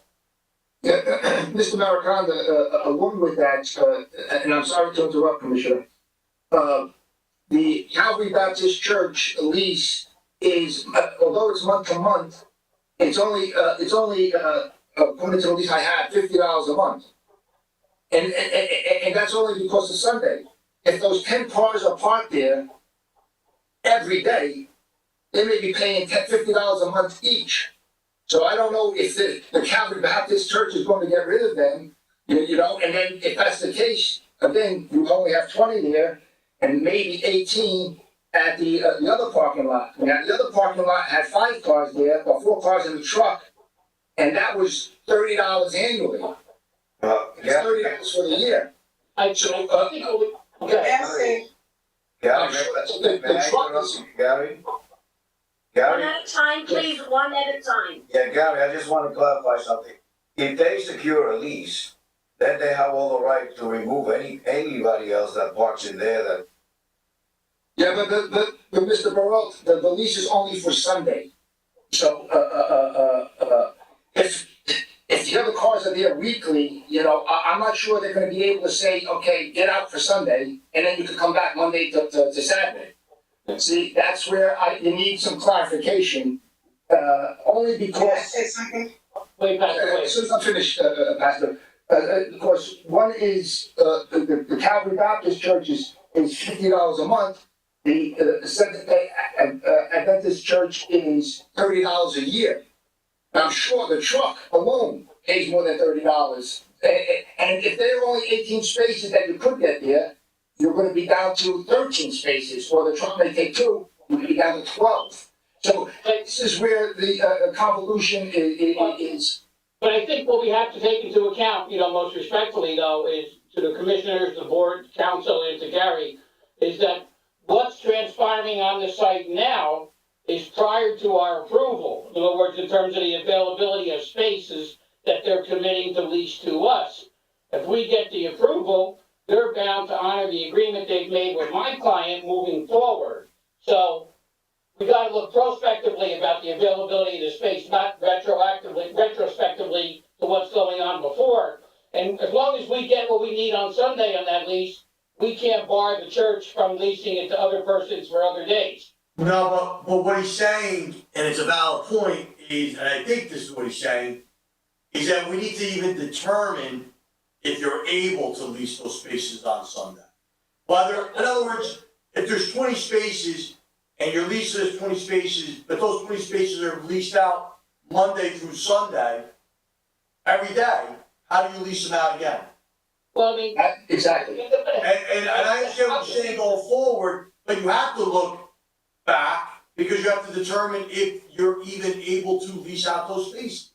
Well, I mean, when you enter into a lease agreement, council, as you know, of course, or any contract or binding obligation between two parties, there's an element of good faith that has to be involved that both parties can perform under the contract. So, and the lease is a contract. So. Yeah, but that's between them, but for the purposes of the board, we need to determine if in fact it's okay. I mean, We have a copy of the lease. The lease speaks for itself, most respectfully, and the obligation of the landlord of a party leasing the space is to live up to its obligations is incorporated into the lease that we're presenting.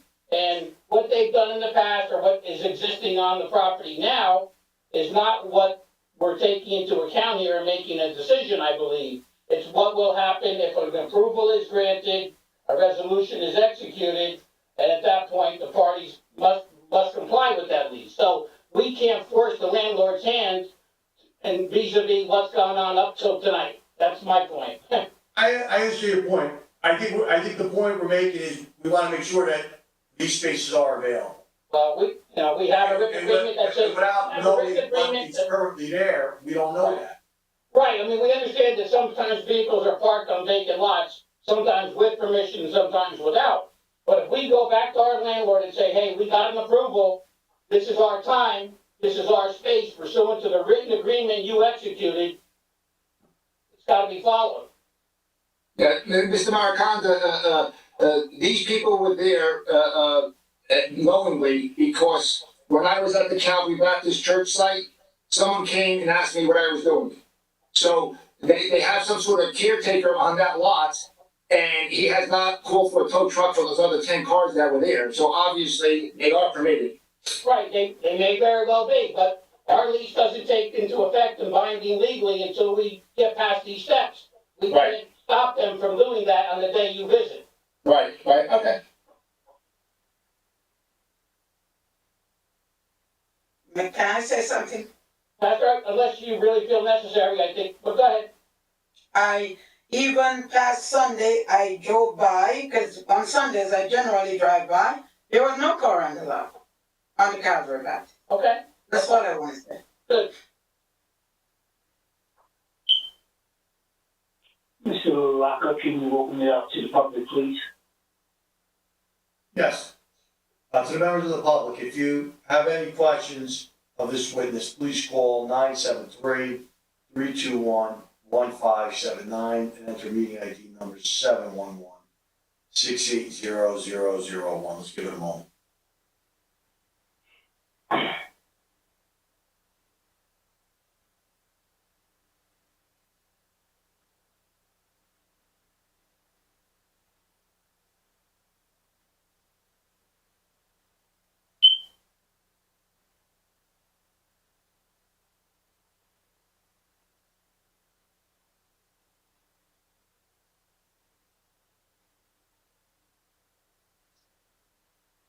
Chairman and Commissioners, we have no callers at this time. Chairman Thaxton, this is Commissioner Watkins. I have a question. Go ahead, Commissioner. Hello, Ms. Wilson. How are you? Nothing. Will funeral services be taking place at your church? If need be, yes. Normally, when I do funerals, I prefer if they do at other churches, but if need be, yes. Because as stated over and over, you have a large facility now. So, being that y'all have a large facility, events will be requested for many different reasons. I'm gonna hold off on that for now. Just need to hear that answer. Thank you. Chairman Thaxton, Yes, I have a question for Pastor Wisdom. go ahead. Now, I would recommend that you try to get at least 2 days a week, because any other day that they're not using, you could use it for those special events that you may have come about, because they are going to come. And I know that during the weekday services, there are not too many attendees. That's I'm a born-again Christian, and at our church, you get like 35 people on Wednesday, and then you get 200 people on Sunday. So it's always the case. But it would be nice if you could try to talk them into getting like 2 days a week, another day that they're not using the parking spaces that you can use for like special activities if they should come about. I don't know. I would feel a lot better, because what happens if you grow? What happens if you have a funeral? What happens if you have a wedding? And it happens to be at a different time of the week where you cannot use the other two lease spaces. What will you do then? I will consider that, thank you. Thank you. That's all I have. Mr. Maricondo, do you have any other witnesses? That would conclude our presentation and witnesses, Mr. Chairman. Okay, would you like to sum up, please? Yes, thank you. Commissioners, thank you for hearing us. I think, all the commissioners are very familiar with this site and with the pastor's presentation, having been before the board now. This would be the third time county reconsideration. And what I think we should try to look at in terms of the bigger picture, in this case, in terms of site plan use and bulk variances are, this is a use that's ideally suited and inherently beneficial to the community in the redevelopment zone. This is a vacant commercial building which has basically provided no public good for many, many years. It has stood at vacant, so no one is obviously looking to continue the prior commercial use, which, by the way, is contrary to the residential portion of the redevelopment zone. Now we're having a proposed use which is people-friendly to the residential zone. Major commitment in terms of purchase, major commitment in terms of rehabilitation of this building, providing needed services, both religious and community-based on the site, willing to help not only her direct members of congregation, but members of the surrounding neighborhood as needed. As many of our neighborhood churches are, having most of us grown up in the city of Paterson, and the situation is you're usually serving your neighborhood community. You've got a van that will serve the church very well. We've got public transportation, and we've got very limited hours on this presentation in terms of days of service on Sunday and on 2 weekday nights, where currently we're on pandemic restriction, but the pastor acknowledges those nights could be utilized. She does have the facilities to serve the neighborhood and the parishioners on Sunday in that banquet hall and in a reduced sanctuary. So I'm very confident with her experience, she'll have the wherewithal and knowledge and expertise to manage the time frames, manage the number of people that will be on the site, and ensure that the members of the congregation and guests will be coming to the site in a way that's manageable for this neighborhood. She's obviously gonna be a good neighbor to other churches in the area. She has a working relationship with them already. And we'll continue to work with them, and we have no problem accepting any conditions about the Calvary Baptist lease that the board may impose. So therefore, we would respectfully ask the board tonight for a motion for approval. Thank you. Gary. Yes, okay, Chairman and Commissioners, I just wanted you to be aware of all the scenarios, so no one is taken by surprise. Could it work? Yes, it could work. And could it be a disaster? Yes, it could be a disaster. And only because of not only funerals, repasses, weddings, wedding parties, feeding the congregation and the people in the community. It is a large facility, a large seating capacity, a large banquet hall, and a large, it's a commercial-sized kitchen area.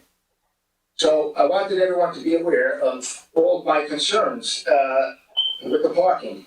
If the board should agree to pass the application, the seven-day Adventist church needs to conform their parking. They can't rent out 30 spaces because the only way you can put 30 cars in there is bumper to bumper, which is, there is no code anywhere in the state which would allow 30 cars in that lot. So, I was guessing 18 only by the measurements I took. Additionally, the same with the Calvary Baptist Church, that is also important, since the application, even with the two leases, would be, close to 50 spaces short. So I just wanted, I'm gonna defer the parking to you, but if you do pass it, I think the leases have to be revised, and the church has to restripe that lot to conform to city code. Thank you, that's all I have. Pastor Wilson.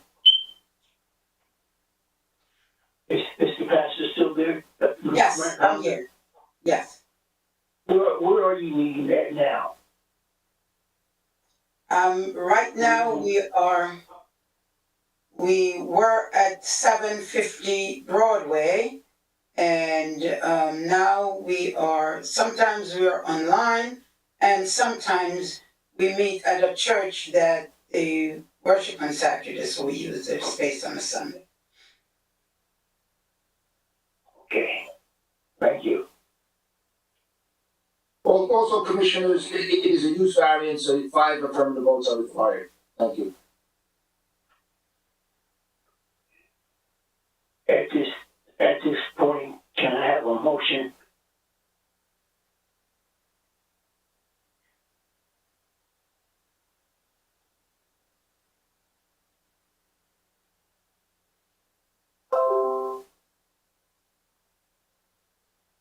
Chairman Paxton? Yes. I have a motion, but before I make it, I'd like to bring about the following. In order for us to consider, Gary's recommendation has to be taken into account. The 2 leases have to be signed on permanent, long-term leases. And I would recommend that at least one of the lease spaces would meet at least one of the days during the week. Under those conditions, I motion to approve the project.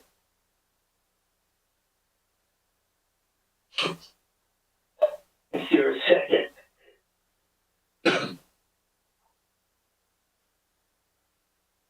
Commissioner White, second. Madam Secretary, could you read into the record the lot and block number of this premises, please?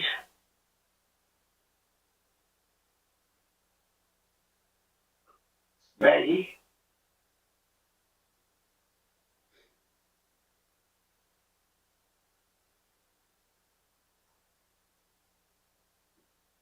Meg? Maggie, are you on mute? Check.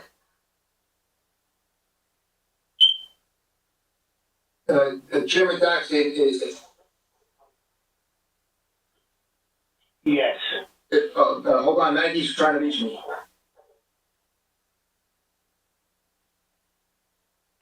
Okay. Our computer froze, Chairman, but Hope and Love International is 568, 572 East 19th Street, lots 9 and 20 in block 3401.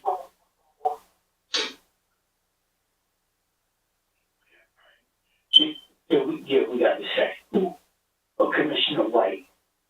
Yes, and Maggie said she needs a few minutes, I guess, to make roll call, unless you want the attorney to do so, but she's having some. Mr. LaRocca, can you do the roll, please?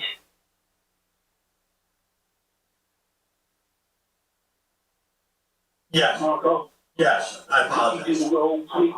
Yes, with regard to the motion, I'll get it. I apologize. Who made the first motion? That was Commissioner Barral? Yes. And who was the second? Commissioner White. Commissioner White. All right, so with regard to the motion, Commissioner Barral? Yes. Given that we take, And Commissioner Brock, could you, add in your amendments, please? yes, I'd like to add the amendment that the two leases have to be signed, long-term leases, and that at least, one of the places would have an extra day a week in the terms of the lease.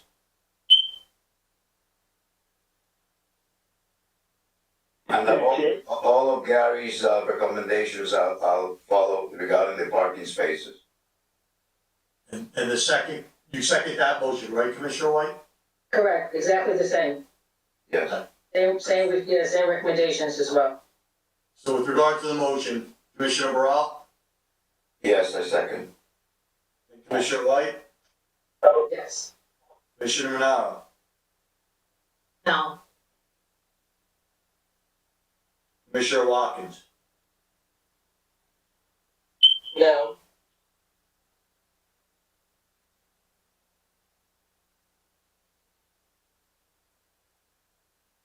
Commissioner Roheen? I'm in now. I don't feel comfortable voting with the number of stairs they have and the required parking and then the way they plan for this parking, so my vote will be no. Thank you, Commissioner Barral. I already Commissioner voted Barral yes. already voted. Yes. Commissioner White already voted. Commissioner Wait, Watkins? yeses? Yes. Commissioner Barral was a yes. Commissioner White was a yes. Commissioner Roheen is a no. Commissioner Renaro is a no. Commissioner Watkins is a no. Those are the 5 so far. You need 2 more votes. Chairman Paterson and Commissioner Reyes? Yes, with the amending of what, Ms. Paparosi said, and also the recommendations that Commissioner Baralt and Commissioner White agreed to. Okay. Chairman Thaxton? With the Yes. conditions that, have to be followed. Thank you very much. Duly noted. That is 4 in the affirmative and 3 in the no. Mr. LaRocca? it's a denial. Mr. LaRocca? Can you hear me? It's a Now I denial. do. Yes, it's a denial. This application has been denied. Thank you. Thank you very May much. continue, Chairman. Could we take a 5-minute break? For anybody that needs to take a break, or would you like to continue? Could we continue? Can we continue? I'd like to If continue. Evelina would like a break, sir, Okay. thank you. Well, then we all need to take a break. See you in 5.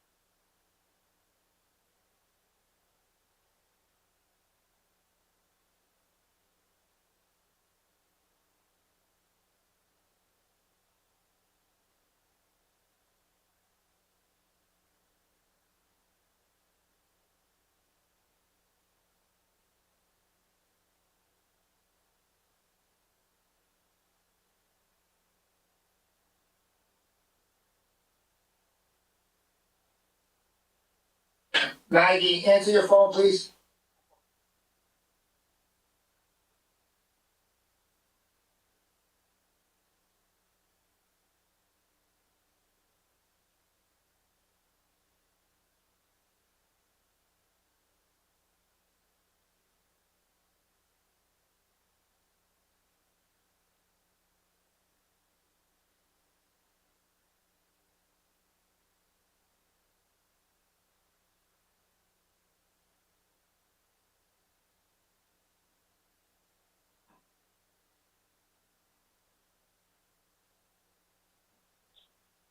I'm back, Maggie. Thank you.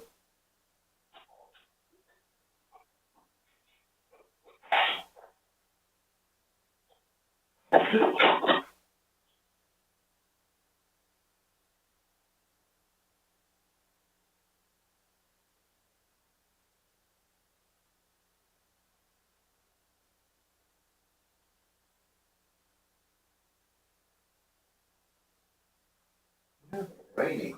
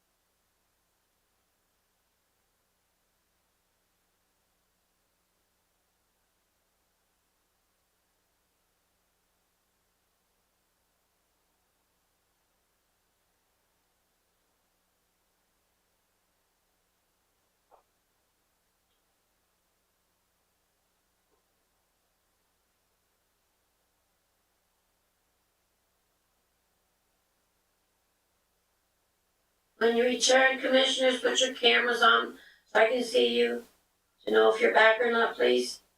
If you can hear me, thank you.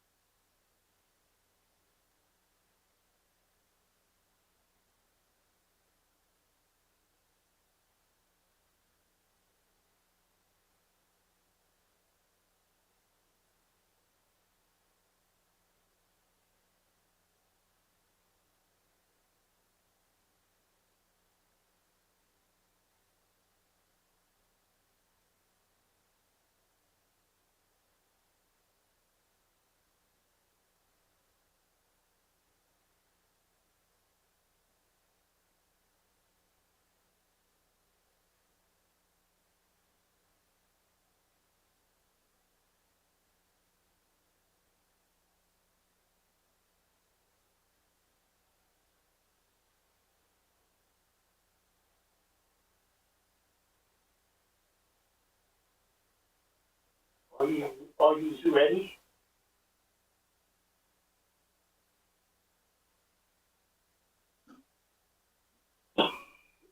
Commissioner Rohim, are you there, sir? Yes, I'm here. Thank you. Everyone seems to be on. Chairman, you may proceed. Next case, please.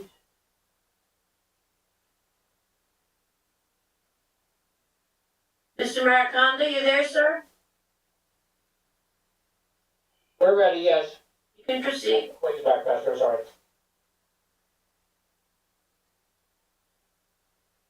Wait, Mr. Malconda. Didn't hear you, I'm sorry. Go ahead, you can proceed. Oh, okay, thank you, Mr. Chairman. Okay, on behalf of the applicant, Eleanor Conda, the applicant is Riverview Property Management. We are proceeding, tonight with respect to our project at 577-593 River Street. This application has come before you in the past. We were granted reconsideration by this board, and we're back before you to present this application in full on the merits again. Again, this is a site where we are located in the B1 neighborhood business zone, and the applicant proposes a mixed-use proposal with retail space that conforms to the B1 zone on the ground level, as well as very substantial residential development above. Based upon all the modifications and all the work we've done with your planner, we're looking at 39 residential units plus the 2 retail, as I indicated. And there'll be a mix of residential units in terms of numbers. That Mr. being said, Maracanda. we'll call Mr. Evans at this time. Mr. Maracanda, I'm gonna interrupt you just for a minute. Yeah. After we did reconsideration, we heard the case, and I think Mr. Evans will agree, there were issues like, all the variances weren't listed, he had switched the garbage pails. Right. They had the wrong size, tenant space. Right, we didn't get too far, I remember, yeah. Mhm. Well, no, you did everything, and I think Mr. Evans corrected everything, so really, quite frankly,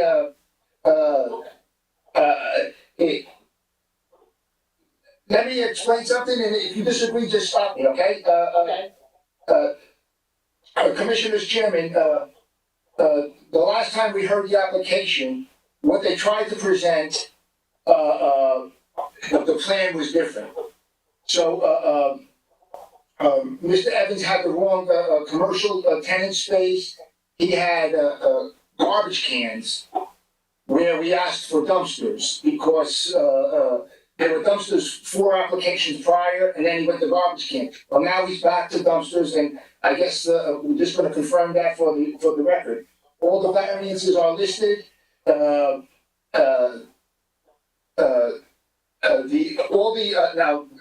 of the big concerns was parking, excuse me. And they added electronic parking spaces, and they leased, 20 spaces, down the block, on the other side of, East 11th Street, and 6th Ave, the corner. So I think everything was really taken care of, and I would just like to, Mr. Evans to confirm those changes were done, and that the garbage is going to be picked up, privately. And then I would ask Mr. Alimi about that lease, and I think that's where we were. Mr. Evans did take care of everything after the last, we had all those issues because of, what they were testifying to on the plan were completely different. Now, Yeah, you're correct. that's the testimony. You're correct. 2 meetings ago, we did very substantial testimony. Last time it was very abbreviated, you're right. Yes. Yes, because, what you tried to say and the plan were 2 different things, so, but, Mr. Evans has corrected everything. If you give the date of your last revision, Mr. Evans, explain about the trash chute and the dumpster, the tenant space, and then I think Mr. Alimi needs to just clear up the lease area. I think we could cut to the chase if he doesn't have any questions. Very good. Okay, so Mr. Evans, you'll be sworn?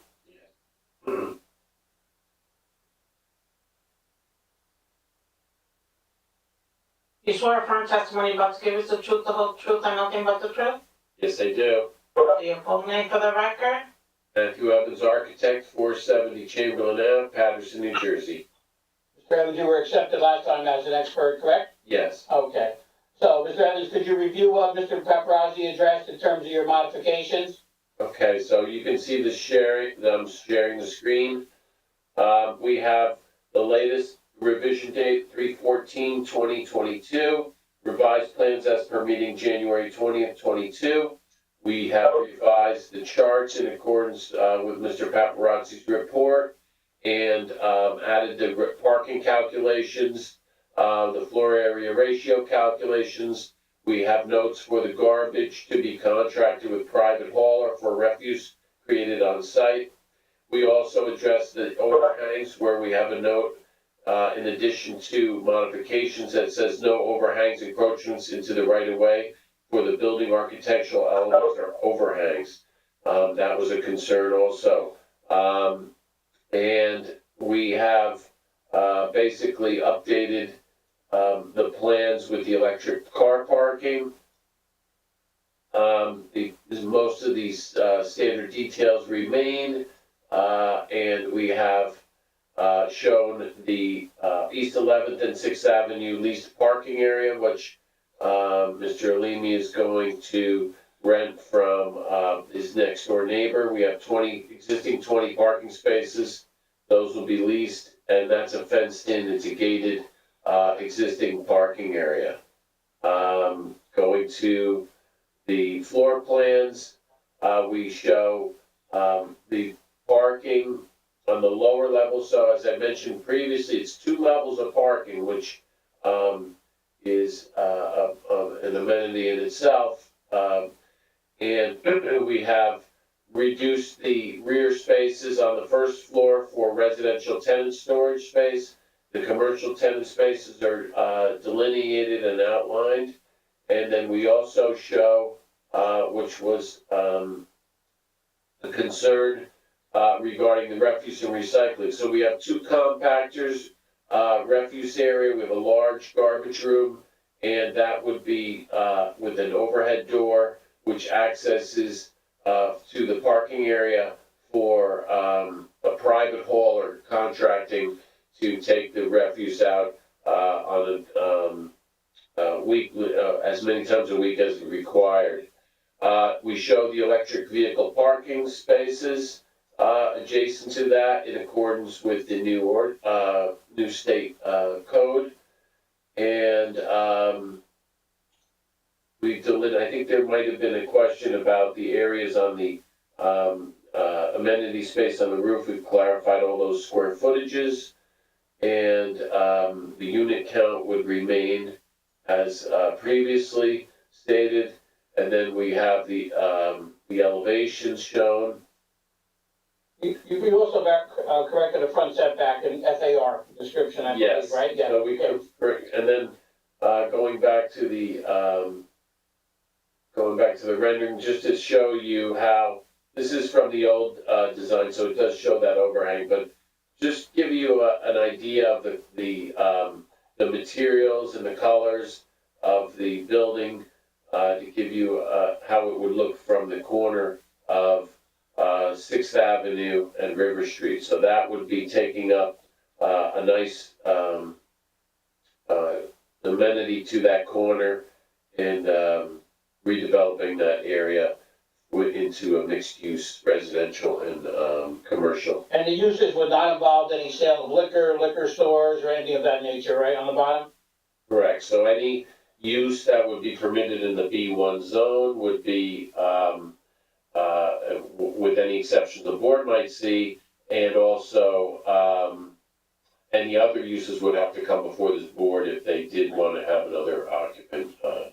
And so just quick summary, your parking is designed how, real quick, in the back? Yeah, so there's no access on River Street. It's the parking for the tenants and people who would go from East 11th Street. And, I'll show that again. We have here, so East 12th, I'm sorry, not East 11th, East 12th Street. And then we show the circulation of the vehicles. There's a ramp that goes down to the lower level of parking, and then we have a little slight ramp up on the, left side of the East 12th Street side for the upper level parking deck. So the upper level, we have, 32 spaces, and then the lower level, we have, 63 spaces down below. So that ramp goes back up to East 12th Street. Okay, I believe that covers, Mr. Evans' points, Mr. Paparazzi. Yes, just 2 things, Mr. Evans, you did add the garbage chute, so that was one of my concerns as well. And, that rendering where you show the awning, that's not gonna be there. Right, that's just, as I mentioned, just gonna show you the materials and the colors. We didn't wanna we couldn't do a whole new rendering for that, but it gives you the idea of what it'll look like. The awning is out, yep. Yes, okay. Chairman, yeah, those are all the issues we had. Mr. Evans addressed them. I have no more questions for Mr. Evans.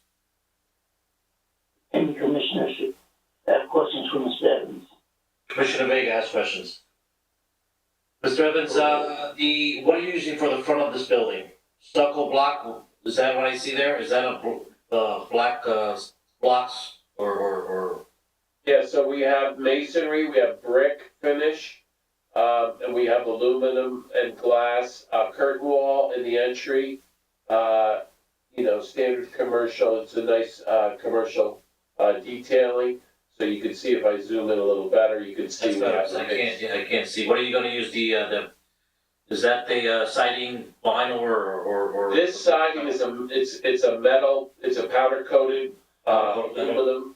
And it's made to look like, wood, and it's long lasting, so it doesn't lose its color. It stays, pretty impervious. And then we have the brick, and we have some stucco, detailing. And as I mentioned, on the street level, we have, aluminum curtain wall and, typical storefront for the commercial aspects of the building, so. What do you have on the roof? What are you using on the roof? It's a flat roof, so basically we have the cornice and a parapet.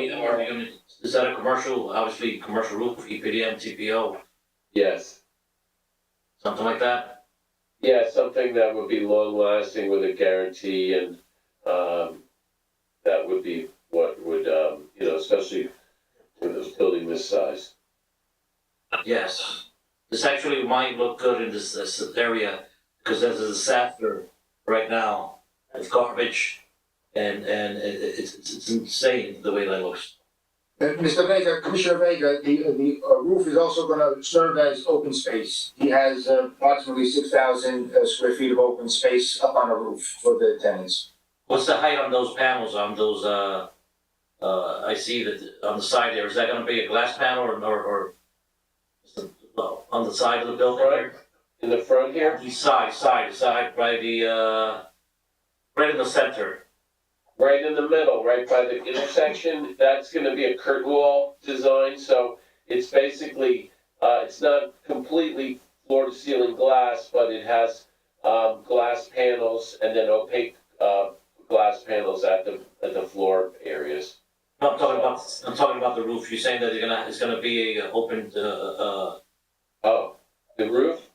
roof is gonna be, There's gonna be a, amenity space on the roof, like a roof terrace for the tenants. Right, we did discuss that, and obviously we're gonna provide Mr. Evans all height and barrier restrictions up there that are required.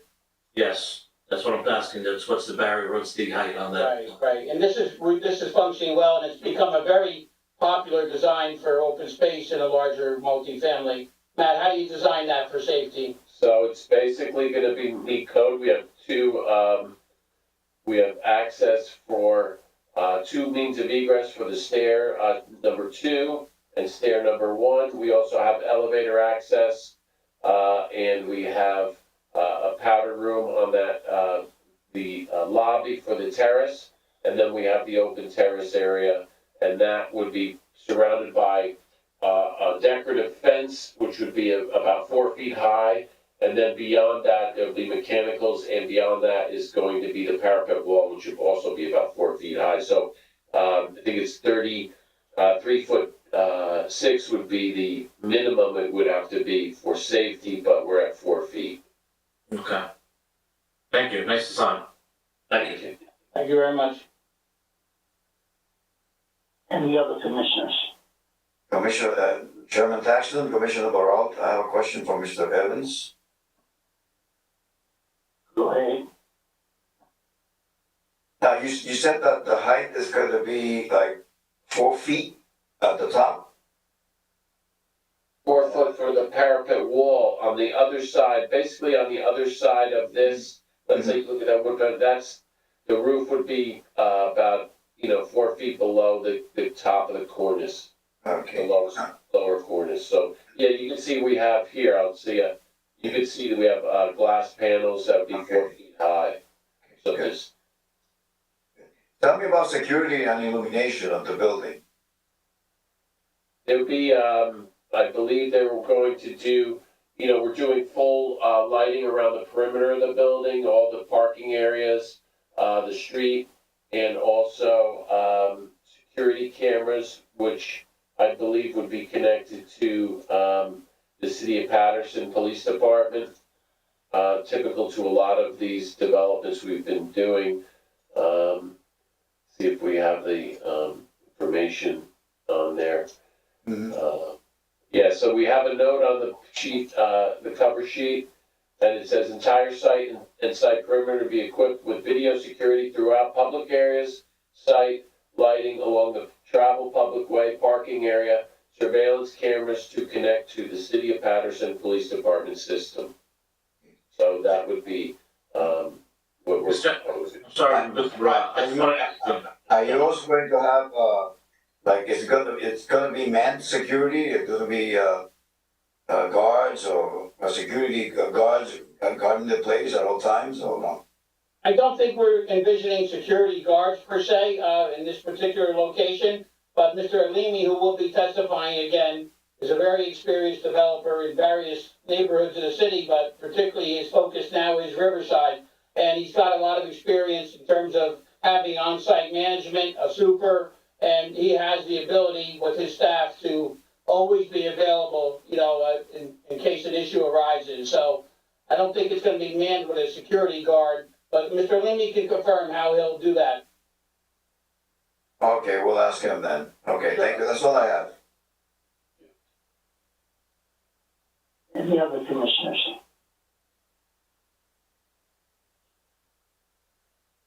Okay, Mr. Rock, could you open it up to public, please? Yes, the members of the public.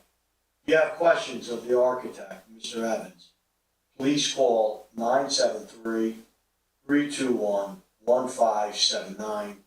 Enter meeting ID number 711-680-0001. Let's give it a moment to see if anybody calls.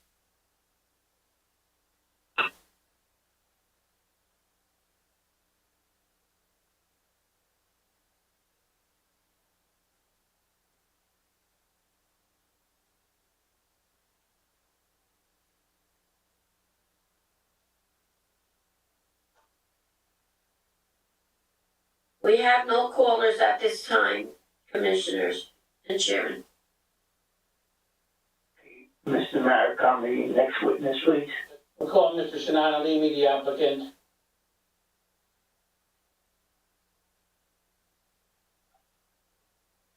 Please raise your right hand. You swear or affirm the testimony you're about to give is the truth, the whole truth, and nothing but the truth? You're on mute. I can't hear you. Yes, I do. Please state your full name for the record. Sinan Alimi. Thank you. Alimi, you are the principal of the applicant, Riverview Property Management and Realty. Yes. Okay, as such, you've heard all the testimony during the course of these proceedings in this case, Yes. and you've also offered testimony and heard Mr. Evans tonight? Yes. Okay, and so you agree with all the modifications that we've worked with the board staff and that we've presented to the board this evening? Yes, I do. Okay, good. Again, I indicated that you're an experienced developer in Paterson. I think the board is familiar with your work, but just give us a quick thumbnail sketch about how you're gonna manage this building, okay? All right, well, there'll be an on-site super. They're 24/7 living on premises. And we plan on having, an assistant that can help to stay at, man, especially units, the entrance for the units, we plan on having like a doorman there at all times, especially day and night. Okay, and so you're comfortable with the super and the doorman, you're gonna be fine, you're gonna have security systems the way Matt described them with the Correct. city of Paterson? Okay, Yes, we'll have that as well. okay, good. All right, good, and, with regard to the parking, obviously you have a good relationship with your neighbor around the corner. We worked out a 10-year lease, is that correct? That is correct, yes, we have. 20 spaces as per the submissions we've given to the board already. And you expect that will provide any needed overflow parking that might be required? Yes, yes, I do. Okay. All right, that's all I have, Mr. Chairman, at this time of the applicant. Mr. Gary. Yes, okay, thank you, Chairman. Mr. Alimi, are you gonna have, besides your super, somebody, like a maintenance guy to, let's say, take the recycling off of each floor and bring it down? Is that you're gonna have, obviously, well, your super has to do that, one of the. That's right. Well, the super, there'll be a doorman and staff all the time downstairs, and the super could take care of the recyclables. There will be, in addition, part-time maintenance guy to come in and out, change filters on the HVACs, and obviously help out with recyclables and any other garbages. Okay, and, one of the big issues on the project was obviously the parking. So now you have a lease, just to the, west on, East 11th Street. And, that lease says that you're responsible to do everything. You realize you have to move cars, restripe, move the tow trucks and create a sidewalk for, anyone to park there to come up to your site. You realize that, and you're gonna do that. Is that correct? That is correct. I realize that there's a lot of work to be done, but we were committed to doing that to provide the necessary spaces for this project. Okay, I wanted your testimony on that. I'm not a fan of leases only because they can end by non-payment, they can end up 100 different ways. And I wanted your testimony on the record for that, so the board is covered. Thank you. That's all I have for Mr. Alimi, Mr. Chairman. Thank you. Any commissioners? Chairman, Mr. Vega, let's ask Mr. Alimi a few questions. Go ahead. Mr. Alimi, how are you, sir? I'm all right. Yourself? Good. Regarding I just want to ask you two questions. The first one is security.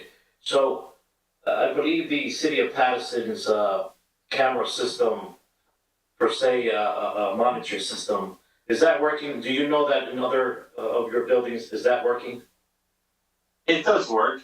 But I think on being where we are, large building like this, having a doorman on staff at all times, seeing who's coming in and out of the door, will help control who's coming in and out of the building. Well, what I mean, if there's trouble, I want to know if you guys have that system ready or is going to be working for you for this building and for all these other people living in the building. I believe it will work. I mean, it works in other buildings. I don't see why it wouldn't work here. Okay. The other question is obviously, River Street is full of garbage. And obviously this is going to be actually a good thing to put this building here. How are you going to maintain the outer perimeter of this building? Well, as far as the garbage, we plan on having a crew cleaning up on a daily basis, because there is a lot of garbage on River Street in general. And, we plan on keeping this clean. We want it to look just like the picture on a daily basis. So actually, okay, thank you, sir. That's all the questions I have. Any other commissioners? Yeah, Commissioner Wade. Regarding, good evening. Regarding the police department and the response, I know that, currently, with all the things that are happening in the city of Paterson, currently with the shootings and everything like that, the response time is a lot longer than normal. Now, do you have other properties in the city, am I correct? That is correct, yes.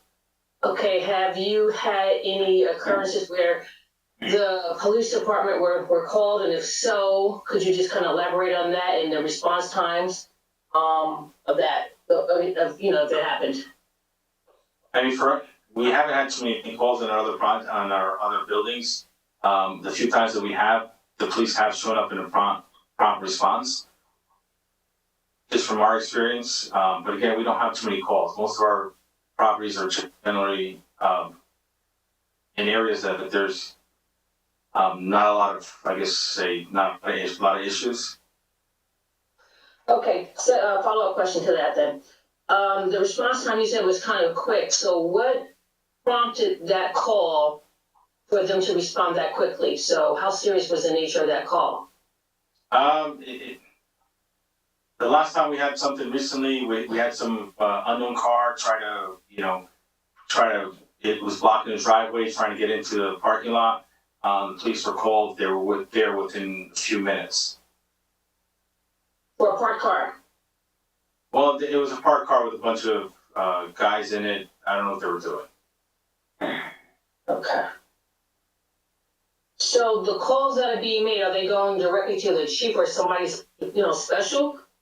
Because. No, they're calling 911. I mean, I made the call myself to 911. Mm-hmm. Okay. Do you have any relatives on the police force that they come so quickly? No, I don't. Unfortunately, So not. give me that number. No, I don't. Maybe I got them at the right time, but like I said, generally, I mean, this part of Riverside, I grew up in this area. I don't think it's the crime is that bad in this particular area. I grew up a few blocks away from here. My office is actually a few blocks as well away from here.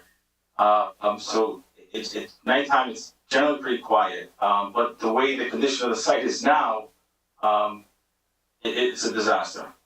Okay. Garbage. All right, that's all the questions I have for you. Thank you. Mr. Chairman, I'm sorry, can I just ask one more question to Mr. Alini? Go ahead. Mr. Alini, River Street, the roads are horrendous. And you're gonna have tenants in this beautiful building being built in this ugly lot.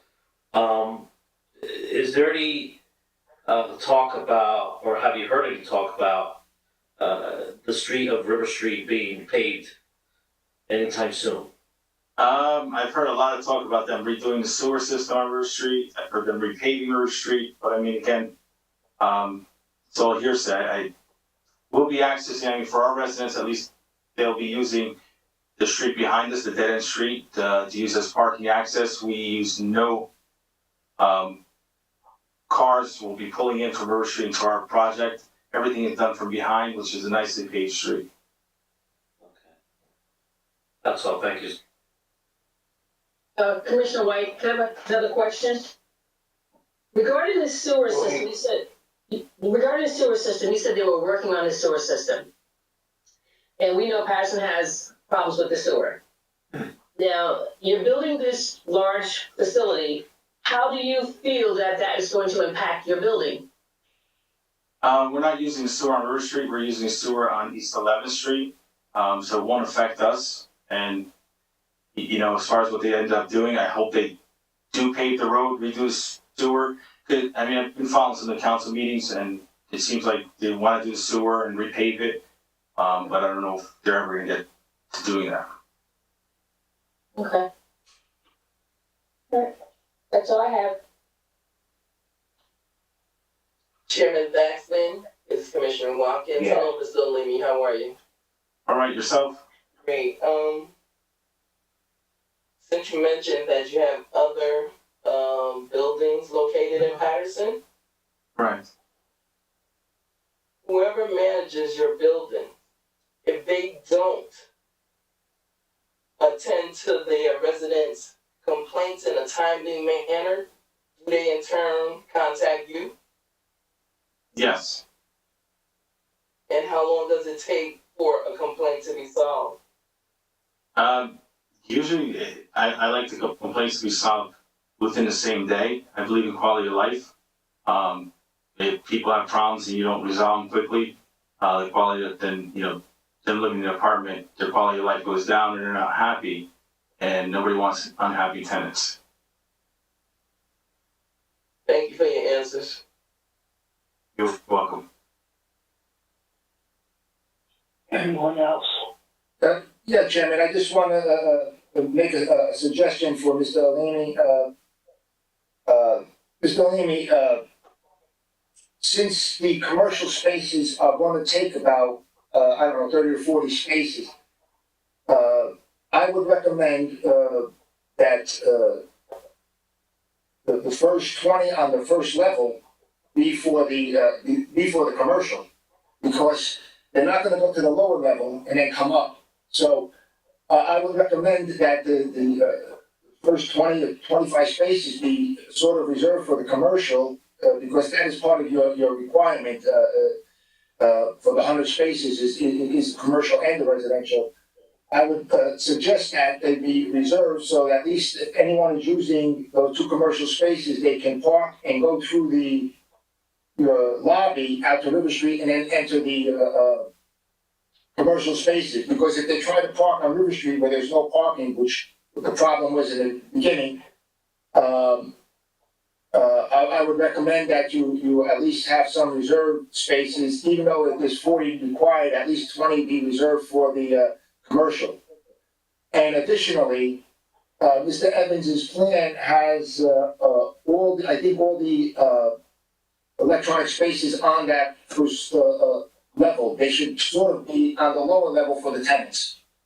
I agree with you. So I would recommend that Mr. Evans drops those electronic spaces to the lower level where that's guaranteed to be all tenants, and that first floor level be reserved like for commercial spaces. I would make that recommendation only to make that transition smooth, or else you're going to have some other issues. No, we agree with that. Yeah, we agree with that. We accept it. Okay, thank you. But that's all I have, Mr. Chairman. Sorry, I didn't mention that earlier. Mr. LaRocca, would you open it up to the public, please? Yes, thank you, Chairman. Again, members of the public, if you have any questions, please call 973-321-1579, and enter meeting ID number 711-680-001. Let's give it a moment.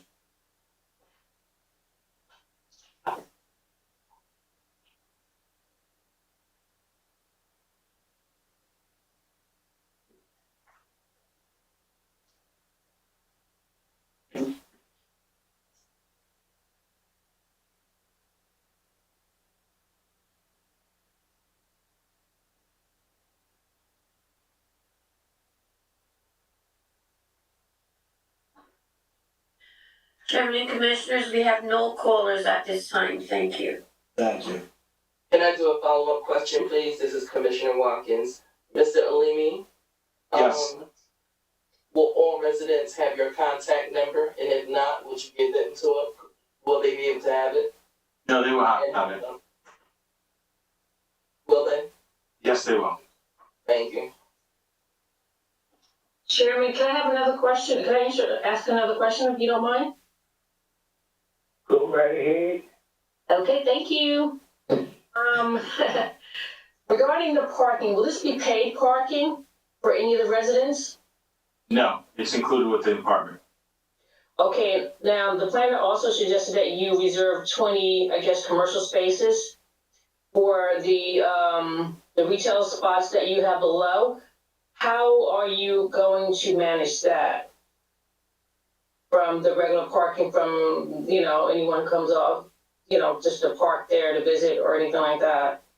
Well, I think depending the retail space, most likely will be, around 5, 6 o'clock probably be closed. So after 6 o'clock, visitors for the apartments upstairs will be able to use it. We put signage up stating that. But during business hours, obviously, it would be for the commercial space.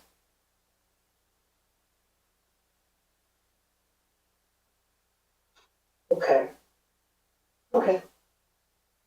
I'm done with my questioning, thank you. You're welcome. Mr. Maricondo, can you sum up, please? Mr. Chairman, I have Mr. McDonough as our planner, and he's been here with us. I'd like the opportunity to call him just briefly.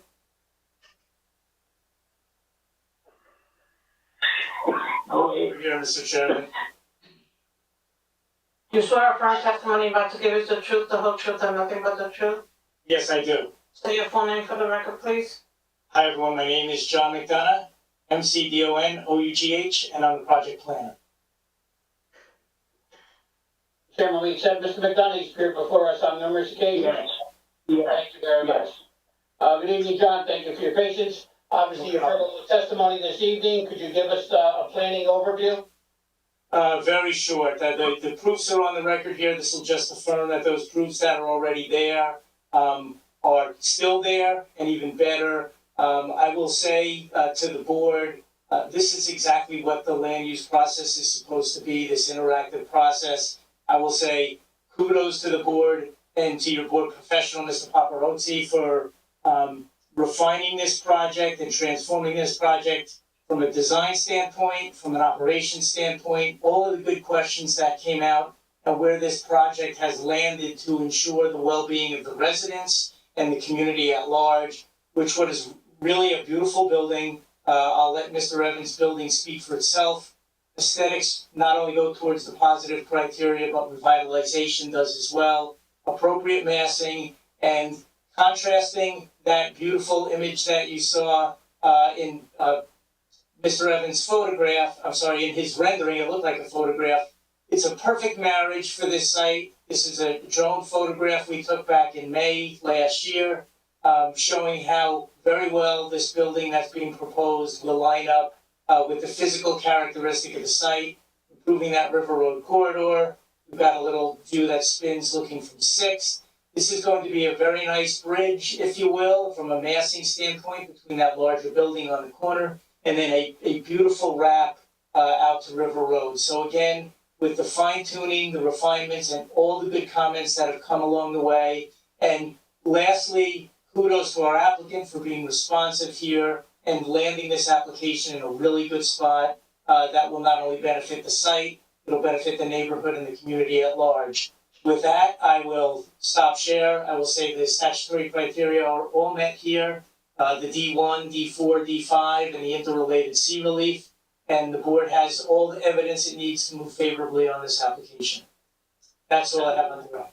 John, just one follow-up question. The mixed-use character of this use in the B1 zone with the multifamily above, it's in keeping with the character of this area and obviously meets a given need in the city of Paterson? Yes, both the residential and the service component as well. Certainly address need in the community, for sure. Thank you very much. That's all I have, Mr. Chairman. Gary. Yeah, Mr. Chairman, I agree with Mr. McDonough. Everything seems to be worked out. The use, obviously, the use, the density, and the floor area ratio are always a concern.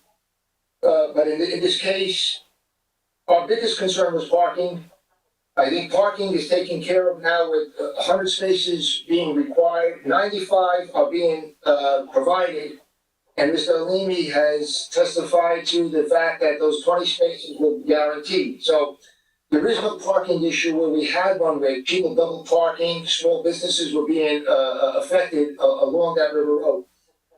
Now, the floor area ratio is a little bit more than 3 to 1, which I usually frown at, but in this case, that is partially because of the 2 floors of parking. And I think this use obviously is certainly a lot better. I know the Tropicana Lounge is not there, but it's certainly an improvement from what was there with the Tropicana. So I agree with Mr. McDonough. I think the application now works, and I don't have any issues. Thank you. Any commissioners?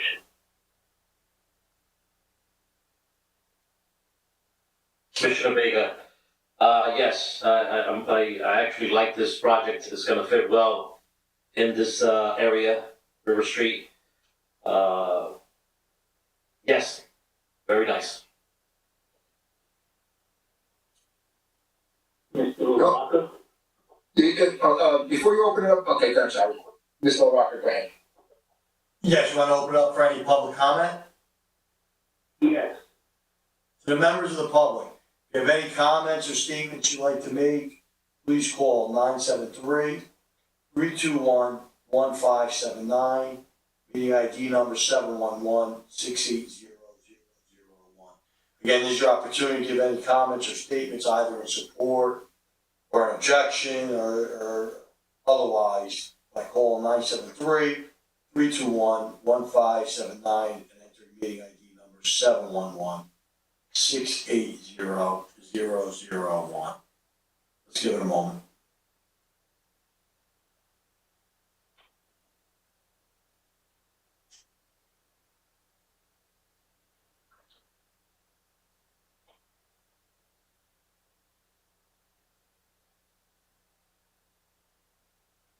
Chairman and Commissioners, we have no callers at this time. Thank you.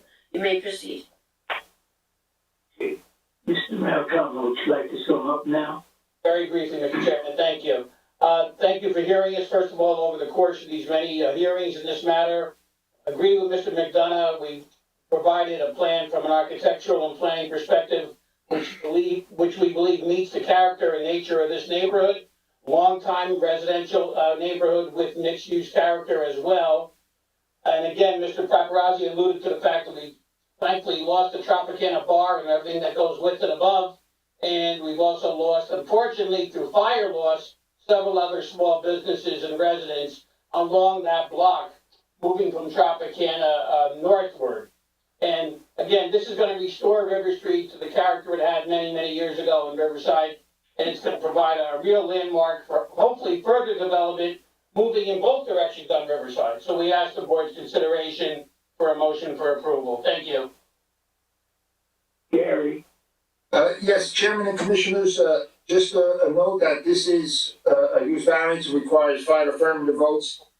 If the board should vote to approve it, the condition would be for Mr. Evans to drop the electronic parking spaces to the lower level where you would only have residents, and to provide at least maybe 20 reserved spaces along that first floor,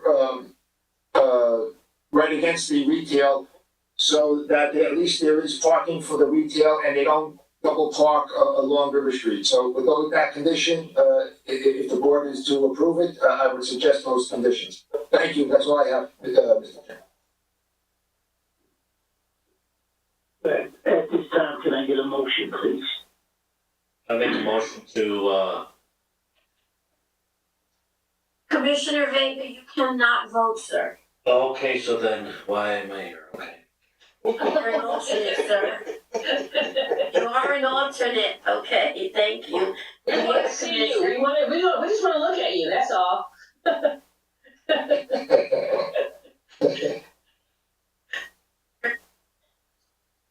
Anyone else would like to make a motion? I would like to make a motion. Thank you, you may proceed, Commissioner Reyes. I would make a motion to approve the applicant.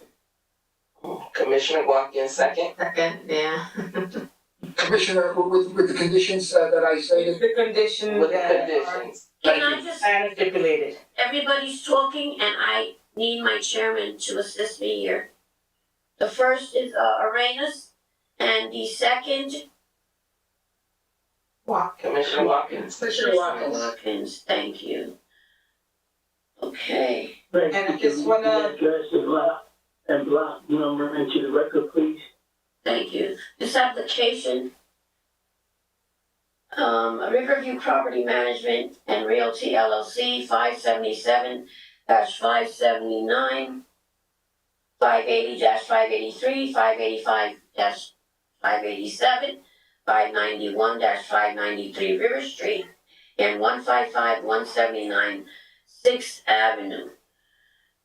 Commissioner Arenas makes the motion to grant this application and subject to the review and approval, if applicable, of the following but not limited to the city engineer, the Passaic County Planning Board, Passaic County Engineer, HEP Soil Conservation District, and building codes of the state of New Jersey. She so moves. The second vote is Commissioner Watkins. Chairman Faction, may I continue with the vote, sir? Yes. Thank you. Yes. Okay. Commissioner Rohim. Yes. Thank you. Commissioner Barot. Yes. Commissioner Furman is absent. Commissioner Minato. Yes. Commissioner Watkins. Yes. Commissioner White. Yes. Commissioner Arenas. Yes. And Chairman Thaxton. Yes. This application has been granted. Thank you, everyone. We do have one resolution and one set of minutes to adopt. We appreciate your hearing. Thank you. Welcome, Mr. Murakami. Good evening. Good night. Thank you. Can I start, Chairman? I'm sorry. Chairman, No, I was gonna, that's gonna help, I was gonna do the resolution, I'll do it. And this resolution, commissioners, is from an old matter that bounced around for a while, then was approved. This is the application that was ultimately approved back in 2019. And that's for MFG Prestige Auto Group for property located at 174 182 Fifth Avenue, block 630. I'm sorry, also 630 River Street, known as block 2009, lot 11. Make it simple, only commissioners who can vote on this matter and approve this resolution are Chairman Daxon and Vice Chairman Rohini. So this is an application, property located in MU zone, got auto body repair, existing auto repair, and auto sales use. The application was heard on October 25th, 2018, December 20th, 2018, and ultimately on September 12th, 2019, when it was approved. Chairman Daxon, will you move the resolution? Marco, Chairman, I have a question before we make a motion. Yes. So I pass by this place a lot, and the condition we told this person when we give them the approval, they're not following anything. They have like bunch of cars parked on the street. I think even Gary even passed by a couple of times and he witnessed that. So. Is this on the corner of River and Fifth? Yes. Yeah, they're totally not in compliance, totally not in compliance. What he proposed, he did exactly what he did before. It's a mess and it should not be, actually his CO should be revoked because he went right back to what he proposed 13 cars on the lot, there are about 40. Yeah. And he's doing work outside, there's storage of materials outside. Certainly, it's a mess, and I even brought this up several times to Mr. Maricondo that his clients, there's no enforcement, and this was one of those cases. I pass it all the time. It's terrible. And I believe that's why this resolution was never actually adopted. We were waiting for compliance. And I believe it was in compliance. I mean, this is the first time hearing it was never, it's not in compliance now. I really don't want to vote to If I may approve this. interject a moment. Hold on. Go ahead, Nate. Commissioner O'Hean, then maybe make an application to shelve the resolution until they're in compliance, and I'll advise Mr. Maricondo tomorrow that you would not move the adoption based on the fact that they're not in compliance with the terms set forth. I think also, Marco, that maybe someone from the building department should go and visit that site because, and let them know they have to be in compliance. Because What I was suggesting, as soon as they came to the board. Yeah, compliance of what? If we don't adopt the resolution, they would need the resolution to be in compliance, so it's kind of like a double-edged sword. But after the application was approved, he started selling cars. So he's selling cars. I understand, but I'm saying for them to go out. To say he shouldn't be selling cars, that's what they should be doing, because the resolution wasn't passed. And what happened was, and this is for all the commissioners. No, I think it was an existing, I think it was. No, it was auto repair, Marco, and they added car seals to it. And then 3 parking spaces, 5, and 3. I remember it distinctly because I passed it, I just out several times. I thought they just added auto body repair. No, they do an auto body and they added auto seals. So I said, you can't fit any of the cars. So they had 5 cars for auto repair, 5 cars for seal, and 3 customers and employees. And the lot is they're packed on top of one another. And I said it a dozen times. And he's selling cars there. So one, he shouldn't be selling cars. And what he did, just so the commissioners know, he finally brought the lot to compliance. He put 13 cars on the lot. The board approved it. A week later, it was a disaster. And Vice Chair Rohini is 100% correct. It's, I didn't realize this was it, and it's that bad. Yeah, I actually passed by today, right before our meeting. Okay. Exactly back to what it was. Maggie. Ms. Rika. Yes, I'm here, sir. I was just gonna state that I can have a zoning officer go out there next week, and I can pull the minutes and have them go over there and cite them. That'll be fine. I'll do that That'll tomorrow be morning. fine. Okay. That'll be fine. So we'll just hold off on the resolution. Right. I believe there's a set of minutes. Yeah.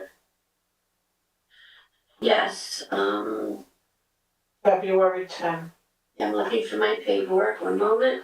We have minutes for February 10th, 2022. Can someone move it other than Vega? Move. Thank you. Second. Second. You're welcome, White and Monaro. Commissioners, Chairman, may I call the vote? I apologize, sir. Go ahead. Go ahead. Commissioners, Commissioner Rohim, Yes. Commissioner Barral, Yes. Commissioner Pinaudo, Yes. thank you. Commissioner Watkins, Yes. Commissioner White, Yes. Commissioner Arenas, Yes. and Chairman Thaxton. Yes. These minutes have been adopted. You may proceed, Chairman.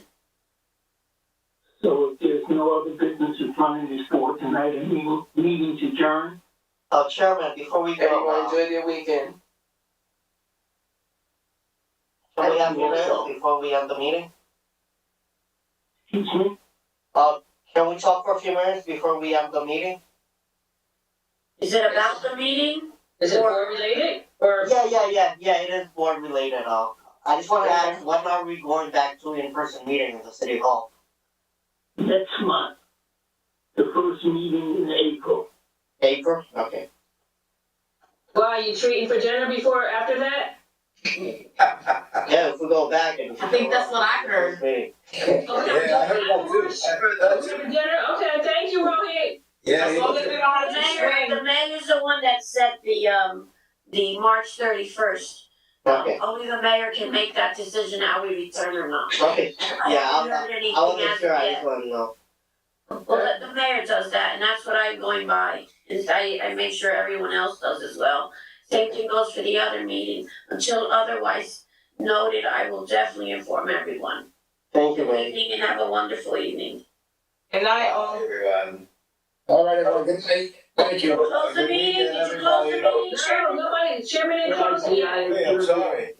Chairman adjourned, right? he did say that. Yeah, he did, I didn't hear him, thank you, good evening. I didn't hear it either, thank you. Meeting was adjourned. Yeah, you did say. Rot. All right. Good night, all. Good night. Good night.